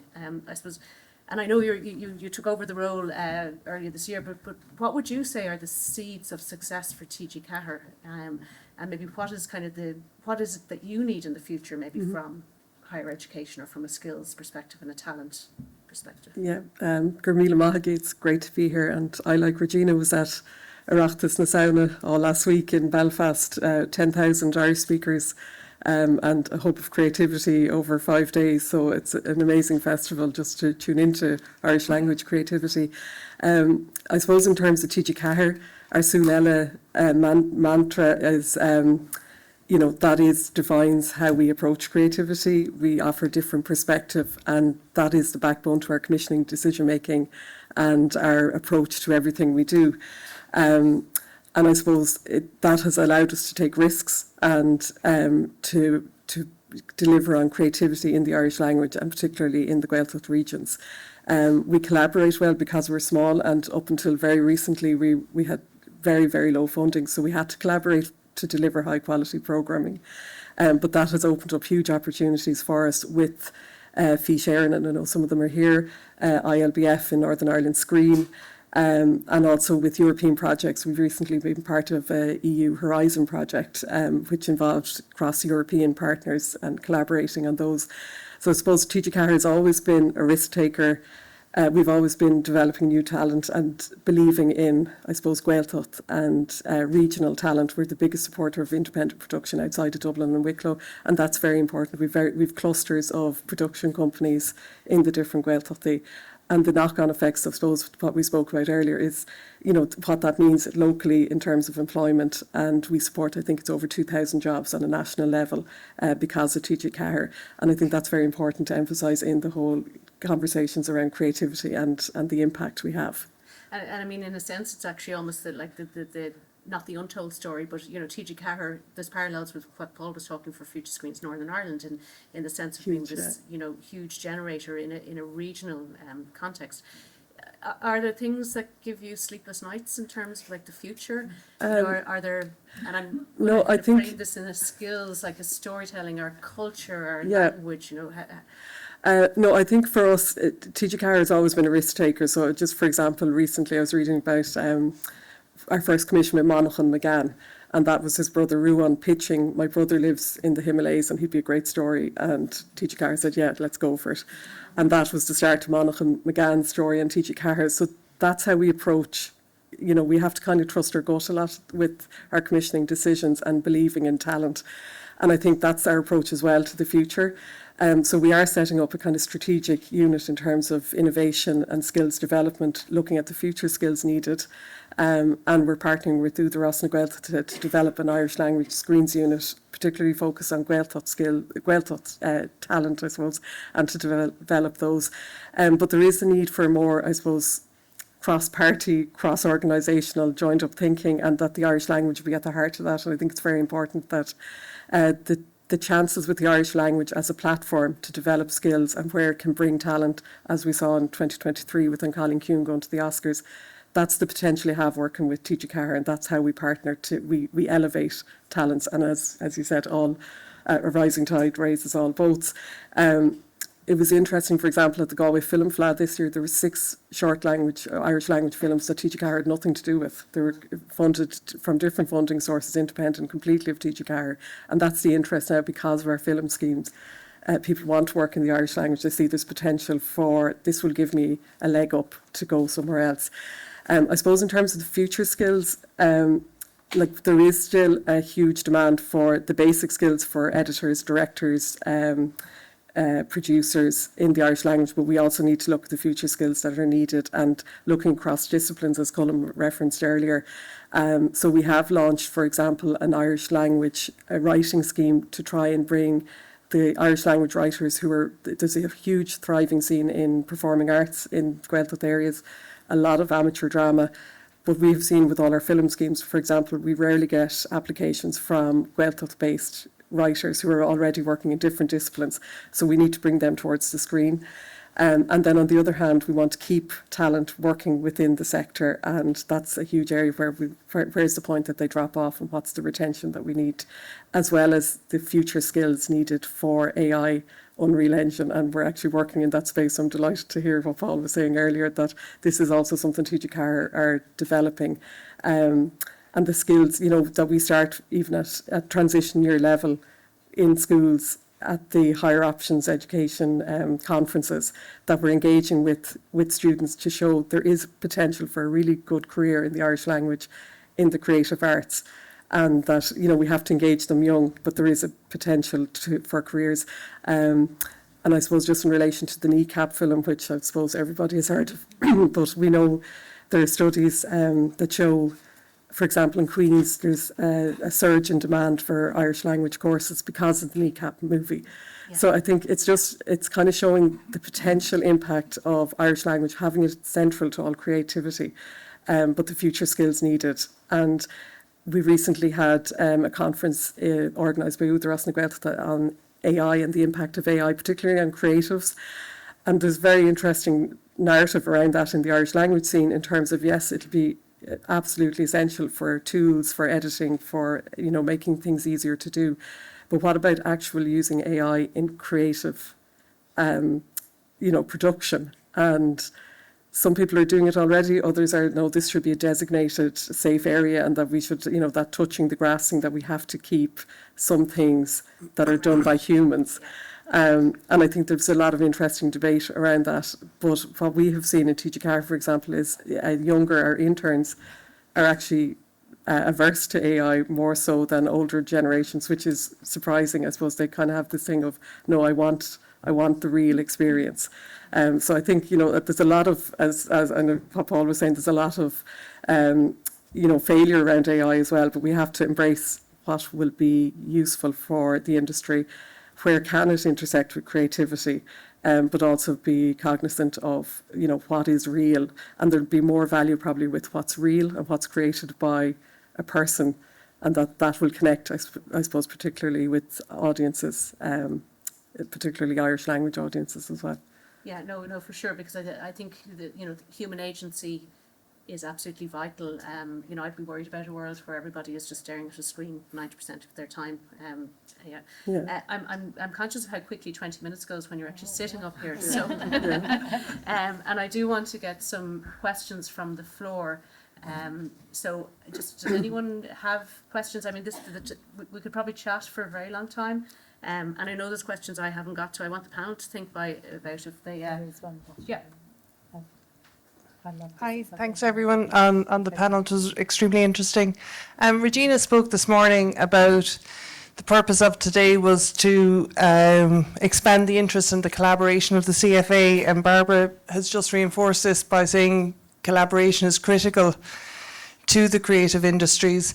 I'm wondering, in terms of the entire panel, I'm not addressing it to anyone in particular, is it time to expand the future of the Creative Futures Academy to include more partners, to spread it across the country, to leverage the entire creativity of the entire island? And just wondering if that's something, or what do you think of that idea? Can I start? You can, absolutely. First of all, this is exactly what I meant with the aspect of Europe emphasizing the regional aspect, the local aspect. My point would be yes, absolutely. Not only this is what I'm doing. I'm taking your colleagues, Louise, around Europe and show her off, because the work they have done for, especially on the micro-credentials, is very much forefront. So I would say yes, and indeed this is already an example of how that is working. So you can have a double leverage there. It's also very important that indeed, as much as it seems to me, your Secretary General is very supportive. I mean, it's very important that you go back at national level and say, well, this is happening because you gave us the funding. So if you stop, you gave us the funding, the good story is gonna stop. You know, there is not much to do about that. But again, you know, what it has happening, it's not just the level of collaboration, but it's also solving problems. I mean, when inside this project, Cyanotype, we're mapping a framework of competencies and skills. And it's really about using this framework to shape the future. And one of the things that we're saying is that we are, right, when we're talking about higher education, we are stuck into medieval institution with a godlike technology that is gonna take over, right? That's the bit of the joke. Not so funny, actually, it's not really a joke. But why I'm saying this? Because the micro-credentials so far, it has been the only functioning solution that is sorting out issues that higher education has had for decades because of these medieval institutions. So, yeah. Yes, then I'd leave it to you for the local. And I'm going to go to Vivian in 1 second, but just to say from the point of view of Creative Futures Academy and the founding partners, one of the challenges is this has been a project that's operated in a very complex environment. The complexity of driving change within academic institutions, bringing people along, you know, it has been difficult, and it has only succeeded because there's been a coalition of the willing, you know, from both ground up and top down. And actually, you're right in a sense to it's not that this couldn't survive without funding, but it would pull the focus of where we need to go to away from what we're currently doing and the success that we've achieved. So now I'm going to hand over to Vivian. Yeah, you kind of said what I was going to say, but I think where I would see your expansion is further into industry, further with industry, because I think your sector is a unique type of sector where you have transient elements to it, where your skilled workforce are moving about quite a lot. And so that will require collaboration across industry, but both industry working with industry and industry working with the higher education institutions. Because, you know, we've tried to develop apprenticeships, we've tried to develop various things, but because people are moving about so much, it's been difficult, and micro-credentials have kind of helped a bit there. But I think, you know, if you can crack that nut of how you could get industry to collaborate with industry with you to kind of join it all up, I think that's kind of the future and where you should be looking. I'd just love to second that, because the creative boardroom was maybe a prototype for this, which was really, really impressive. But I heard last week Enterprise Ireland has 4,000 clients here in Ireland. And from the design perspective, they're probably in second or third gear. Yeah. They know they need accountants and finance, and they know they need business analysts and data scientists, and they know they need economists, but nobody told them they needed designers or the creative industries in any way in an in-house team. And that's what other economies recognise. So it would be fantastic to see the education sector as part of the voice that says We're now, which we weren't, I think, 5 or 10 years ago, producing the graduates and the skills. We're delivering them. But Irish business is kind of missing out on it. And there's factories in all over the country, but I know there's a predominance of them in the west of Ireland, producing medical devices and advanced pharmaceuticals, and they can benefit from the work of the creative industries. It can really supercharge things. Yeah, couldn't agree more. Deirdre, do you want to come in, or would I? Yeah, I suppose just from our experience, I think a more joined up thinking approach and industry focused and involve the practitioners, because often we find a lot of the courses are nearly out of date by the time people are working in the industry. So I think we really need to get industry involved in maybe modules and that kind of thing, but just to keep the focus on industry and to have the Irish language front and centre, because it only benefits everybody, and it's often an afterthought. And I think it's really important to see the benefits of working in different languages in the creative sector. Yeah, no, 100%. I couldn't agree more. Are there other? I'm just conscious of time. So, are there any other burning questions on the floor? Yeah, thanks, Sharon. Just in the front here. It's just on the value of creativity, and those of us who've worked in this industry for a very long time know the complexity of measuring the impact of creativity. So I'm just interested, particularly maybe from a European perspective, but anybody else's view really on where have you seen real traction in making that happen? So perhaps this is where we come back to a policy and evidence centre and the need to be able to actually capture that kind of value. Where have you seen really good examples of capturing the value of creativity? Yeah, thank you for the question, because you mentioned data before and it was mentioned in the morning as well. Look, data is important. We cannot be without data. Whatever you do in whatever sector, whatever society, data is crucial. But what we've heard indeed, again, and I'm just repeating things that I've heard from the experts we invited in the past projects and editions of Creative Skills Week and with the Cyanotype project, data doesn't bring innovation by itself. You need a process, you need a strategy, and you've heard Paul giving you very good examples of how you can do that. And the confidence, again, is the same. So what we have done, for example, with Cyanotype is exactly that, is to give tools so that we can start from the discourse of the skills and competences to show that actually we are spending so much time improving our value when, again, as I said, the other sectors are already telling us that they need us. You mentioned health. The WHO has developed a whole report, 2019, with 25 million, I don't know how many, reasons why culture and creativity is important. And we keep on having to prove to our funders what is the impact. So the first point is, why are they still asking us? Why are you asking a creative, a designer, an artist to prove the impact of arts when you have the specialty of the health sector have proven it already? It's a bit of a funny thing. And the same is on innovation. We already know that we need to break the silos. We already know that we need to break the silos, of course, inside academia, of course, inside creativity. But that if we need to do transformation, we cannot think, oh, this is just for technology and this is just for... It doesn't work this way. On the contrary, we have the design tools, the design thinking, which is exactly made for that. You prototype, you test, you see if it works. If it doesn't work, you adjust and you do it again. So on the base of that, indeed, we have created for education, but also for education, whether it's industry or not, this Cyanotype framework exactly for that. Because when we start to look again from the point of view, what are my competencies? What are my skills? What is it that I want to do? Then that process of implementing design and the future thinking then becomes quite easy, quite automatic. So there are some examples, but I think, again, I would second what Paul was telling us this morning. There are many examples. It's mainly us getting together in really the collective intelligence and the collective power to take the time and use what we are doing for the best, to use research, artistic research also for, you know, it looks sometimes that artistic research and the skills discourse are living into different universe. They are not.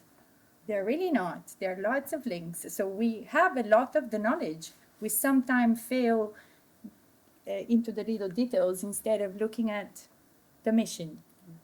Yeah, and I think that probably, thank you, Barbara, brings us back around to that, you know, idea of the compelling narrative. You know, where is it that we want to get to, and what is the story that will bring us there? And then where is all of the evidence that, like, how do we just gather and collect that evidence, and what is the process behind that will support that one singular narrative for the creative and cultural industry sector in Ireland? I'm conscious of time. Does anyone have, there's loads of hands up. Okay, there's 3 hands up. We'll take 3 questions and we might try and keep the answers to these short, if you don't mind, the panel. Just a question in terms of the future skills and the role of equality, diversity and inclusion in the creation of those skills, and specifically within the academies as well. I think research has now established that the more diverse your workforce, the greater the levels of creativity, and yet I don't think it's really been tackled today head on. So I'm just wondering where that's at, and hoping that there's been a lot of research done in other Irish universities around this, and hoping that it isn't maybe getting left aside in light of current political situations. So I'll very briefly answer from a Creative Futures perspective. It was one of the things that industry came to us, particularly in broadcast, because they said we're very monocultural. We need to have a plurality of voices. We've tried for, I think, 3 successive years to run a creative diversity course that has not recruited at all. So maybe 1 or 2 students. So I think that we absolutely need to do something about that, but we probably need to change the way and the process of how we do it, because we're not really reaching. Yeah, I work at Maynooth University. We'd have a very, very diverse student population. They'd be only delighted to hear that there's opportunities there. So it could just be a very simple communication piece, moving beyond kind of the usual Dublin-based universities, and to include as well the technological universities and further education colleges, which have a really diverse student population. They'd be really interested in those. I'll just come in on that. TG Karen, Trevor is here with me today, Trevor O'Claherty. We have spearheaded, I suppose, an EDI policy along with the EBU on neurodiversity. And there's a neurodiversity toolkit developed, and Trevor might want to speak a bit more about it. But it is central to, I suppose, TG Carr's work, and also Commissioner Mion have published an EDI or JEDI strategy this year. So I think it'll be really central to anything TG Carr and the media industry does going forward. Yeah, just to follow up on that, so I'm Trevor, and I was going to suggest that potentially most of the higher education institutions aren't very neurodivergent friendly. Second level institutions, as a father of a child with autism, schools in Ireland are very averse to giving support to children who are neurodivergent. Just the anxiety of going to school or going into a third level institution or facing into the prospects of filling out the forms or meeting all the people is just too much. So what can the academy do potentially to engage with all of these incredibly talented people who are neurodivergent, who have amazing skills to add to our sector? I think it's been estimated that 20% of the people in the animation industry, for example, are neurodivergent. And maybe a lot of those don't have those formal qualifications. Even a micro-credential could be too much for somebody who's neurodivergent. So what can we do to engage better with those amazingly talented people? I suppose a couple of things. I know Sarah Glennie wants to come in on this, but I suppose what I would say is that all of the higher education institutions and partners do have EDI at the forefront in terms of their policies, in terms of how they engaged, particularly in I suppose not only in the neurodiversity arena, but just in the broader kind of diversity. But Sarah. No, just to say, in terms of third level, actually the unique thing about creative arts education is it is the space in which neurodiverse students really thrive. So IDT and NCAD certainly have the highest level by far of students with declared disability and neurodiversity being the driving disability. So in NCAD, that's over 30% of our students. But it is the way of learning and the way of that learning happens in the studios is a fantastic space for students for neurodiversity. And maybe if I can just say very briefly, indeed, at least in the ELA community, we are working a lot in to bring that discourse at primary and secondary education, because it's very true, right, that in our spaces is where actually the diversity can really thrive and find their space, and that sense of belonging, which is so important for society if we go back to the big picture. But often it's a structural and institutional thing that needs to be changed at primary and secondary level. So I'm super conscious of time. Paul, you wanted to make a comment, and then Florian, and I think we'll have to close the... It's just a very, very quick comment. What we're trying to do is to move the debate away from inclusion to exclusion. Exactly. We're no longer going to beg to be included. We're being actively excluded, and what are you going to do about it? And I think the other side of that is, if we create systems which are accessible to those who are most challenged in society, then they're bound to work for everybody. So that ought to be the starting point. Yeah, good point. Florian, do you want to ask the final?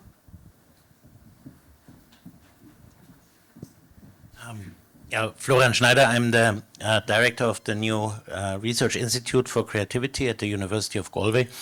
I think it is exactly this tremendous shift that needs to happen from an exclusive understanding of creativity to a concept of shared creativity that is no longer in the possession of a creative class or any kind of exclusive. I think I was very grateful for the reference to the art and health collaboration and this potential, because I think it allows us, or it opens the possibility for a completely different discussion of impact. Impact that is no longer reducible to monetary value or to any other form of interacting with industry. We had Pierluigi Sacco 2 weeks ago in Galway, and he provided evidence that if you are engaged in creative work actively, you live 7 years longer. This is the message, this is the tagline. This is what should give us the confidence why what we are doing is important. So I think the problem constantly referring to an industry that in our case is totally fragmented. Yeah, we have 98% SMEs and 90% solo and micro entrepreneurs. Yeah, we cannot operate with the same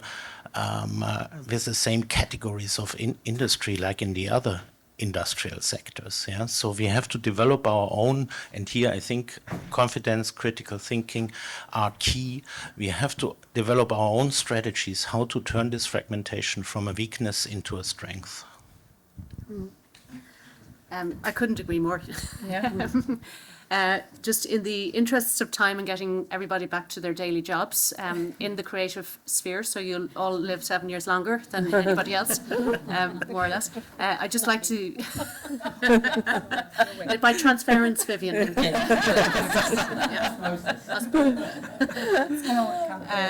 I'd like to just extend my great thank yous to John, to Deirdre, to Vivian, and to Barbara for joining us on this panel.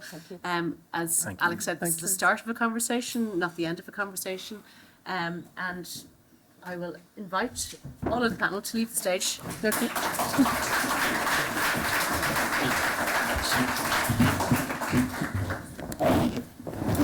Great, thanks so much to our second round of panellists, and finally on to our last, what will be a very brief update, because very conscious of time, and it'll be an update on the CFA's strategy and future vision. So I'd like to welcome onto the stage Professor Sarah Glennie, Director for the National College of Art and Design, David Smith, President of IDT, Professor Regina E. Houlihan, the College Principal and Dean of the College of Arts and Humanities at UCD, and Louise Allen, Director of CFA.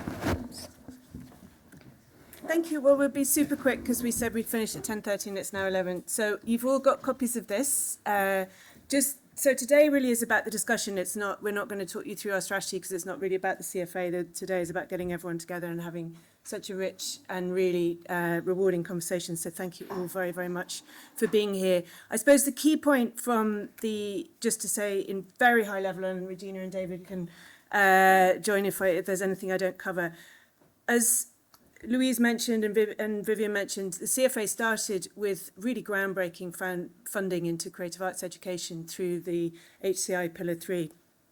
And we spent, that 5 years with that funding was such a learning curve for the three institutions, really learning how to work together, to understand our differences, but also our strengths. And I think, the thing that really made the collaboration work was, although we were very different sectors, very different scales, and within our institutions, different kind of ambitions and visions, but there was a very shared vision between the three institutions and the collaboration was really about the idea and remains very much about the idea.